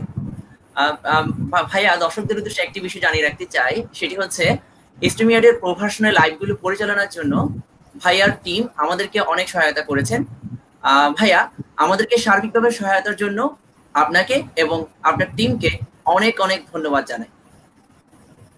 আর আমি আসলে সত্যি কথা বলতে আমার নিজেরই ভালো লাগছে। আমি ইভেন সত্যি কথা আমি নিজেই অ্যাপ্রোচটা করেছিলাম, কেন যে আমার যারা ভালোর চেষ্টা করে, সবসময় চেষ্টা করি আমার সামর্থ্যের জায়গা থেকে আমি তাদের সাথে থাকার জন্য। সো আমার টিম যতটুকু চেষ্টা করেছে যে তোমাদের এই ভালো ইনিশিয়েটিভটাকে একটু হচ্ছে আর কি স্মুথ করার জন্য, আর একটু প্রফেশনাল ভাবে টাচে নিয়ে আসার জন্য। তো এটা অ্যাবসলিউটলি আই এম অনার্ড যে আমি এই জিনিসটা হচ্ছে পোর্ট সিটি ইন্টারন্যাশনাল ইউনিভার্সিটি বা পিসিআইইউ ভলান্টিয়ার্স এর জন্য করতে পেরেছি। আমি অ্যাবসলিউটলি অনার্ড, আমার নিজেরই ভালো লাগছে সত্যি কথা। থ্যাংক ইউ সো মাচ ভাইয়া, সাথে থাকার জন্য অনেক অনেক ধন্যবাদ ভাই। তো আমরা আমাদের অনুষ্ঠান এখানে শেষ করতে যাচ্ছি। প্রিয় সুধী, এতক্ষণ আমাদের সাথে থাকার জন্য আপনাদের সবাইকে অসংখ্য ধন্যবাদ। আপনাদের যদি কোনো কোয়েশ্চেন থাকে অবশ্যই সেটি আমাদেরকে আমাদের পেজের মেসেজ অপশনে গিয়ে ক্লিক করে আমাদের কাছে পাঠাতে পারেন। আমরা অবশ্যই সেগুলো সঠিকভাবে আনসার দেওয়ার অবশ্যই চেষ্টা করব। এই বলে আমাদের অনুষ্ঠান আজকে এখানে শেষ করছি। ভাইয়া আপনাকে অসংখ্য ধন্যবাদ, আমার কো-হোস্ট তাইবকে অসংখ্য ধন্যবাদ, এবং যারা আমাদেরকে এতক্ষণ ধরে দেখেছেন আপনাদের আমি সবাইকে শেষে একটু যুক্ত করতে চাই। জি অবশ্যই যুক্ত করতে চাই, সেটা হচ্ছে আমার আসলেই ভালো লেগেছে আমার অভিজ্ঞতাটা। তো এই পুরো টিমের সাথে আমি দেখছি লাইভ জুড়ে যে তোমাদের ভালোই পার্টিসিপেন্ট ছিল, অনেকে প্রশ্ন করেছে। তো আমি আসলে সত্যি ভালো লাগছে যে এই জায়গাটা থেকে আমি কিছুটা আমার এক্সপিরিয়েন্স শেয়ার করতে পেরে। তো এরপরেও যদি কারো যদি কোনো, যেহেতু আমি সত্যি কথা বাংলাদেশ ইনোভেশন ফোরাম আমরা কাজ করছি এই সেক্টরটাতে, আমরা চেষ্টা করছি যে ইনোভেশন কালচার বা আইটি সেক্টরটাকে একটু গ্রো করার জন্য। তো সেই জায়গা থেকে যদি কারো কোনো যে কোনো জিজ্ঞাসা থাকে, আমি বলবো একটু স্পেসিফিক করে একটু ডিটেইল আমার পার্সোনাল পেজ বা হচ্ছে আমার ফেসবুক প্রোফাইল আমাকে যদি ইনবক্স করা হয়, আমি চেষ্টা করব আমার ছোট ভাই ছোট বোন হিসেবে একেবারে নিজের জায়গা থেকে, কারণ আমি চিটাগং থেকে, আমি একটা সময় পোর্ট সিটির কেউ একজন ছিলাম, তো সব জায়গা থেকে চেষ্টা করবো যে আমি যতটুকু সম্ভব আমার জায়গা থেকে আমার এই চেষ্টাটাকে হচ্ছে যে আমি সবাইকে একটু সহায়তা করার, বা আমার একটা ইনফরমেশন যদি কাউকে একটু হেল্প করে আমি শিওরলি আমি সেটা আমার জন্য অনেক বেশি ভালো লাগে কাজ করবে। সবার জন্য অনেক অনেক শুভকামনা থাকলো যারা এই পুরো আয়োজনটা ছিল। আর একটা রিকোয়েস্ট থাকবে যে এই সময়ে এই খারাপ পরিস্থিতিতে সবাই বাসায় থাকবেন, নিরাপদ থাকবেন, আর সবাই সবার জন্য বেশি করে একটু দোয়া করবেন, সাথে আমার জন্য। অনেক ভালো থাকবেন, শুভরাত্রি। ভালো থাকবেন ভাই, আসসালামু আলাইকুম। প্রিয় সুধী, আশা করি আজকের ইভেন্টটি আপনারা অনেক এনজয় করেছেন। আমাদের পরবর্তী এপিসোড হচ্ছে আগামীকাল রাত 8টায়, 26 জুলাই রাত 8টায়। এবং আপনাদেরকে আরো একটি বিষয় জানিয়ে রাখতে চাই, সেটি হচ্ছে আজকে রাত 11টা থেকে 11টা 12 মিনিট পর্যন্ত পিসিআই ভলান্টিয়ার্স কর্তৃক আয়োজিত একটি অনলাইন কুইজ কন্টেস্ট রয়েছে। আশা করি আপনারা সবাই এই কন্টেস্টে অংশগ্রহণ করবেন এবং ভালো রেজাল্ট করতে চেষ্টা করে যাবেন। আর আমাদেরকে সহায়তার জন্য আমি আবারও ধন্যবাদ জানাতে চাই পোর্ট ভলান্টিয়ার্স ফোরামের সকল সদস্যকে, এবং একই সাথে আমাদের বিশ্ববিদ্যালয় পোর্ট সিটি ইন্টারন্যাশনাল ইউনিভার্সিটির সকল ক্লাবকে, যারা আমাদেরকে অনেক সহায়তা করেছেন, এবং আপনাদের সবাইকে অসংখ্য ধন্যবাদ জানাতে চাই। তাই তুমি কি শেষে কিছু অ্যাড করতে চাও? অসংখ্য ধন্যবাদ সবাইকে যারা এতক্ষণ আমাদের সাথে ছিলেন। আর এই সেশনটা এপিসোডটা খুব উপযোগী ছিল। আশা করি আপনারা আপনাদের ভাইয়ের উপদেশগুলো জীবনের ক্ষেত্রে কাজে লাগাবেন। শুভরাত্রি সবাইকে, আল্লাহ হাফেজ। শুভরাত্রি, আল্লাহ হাফেজ।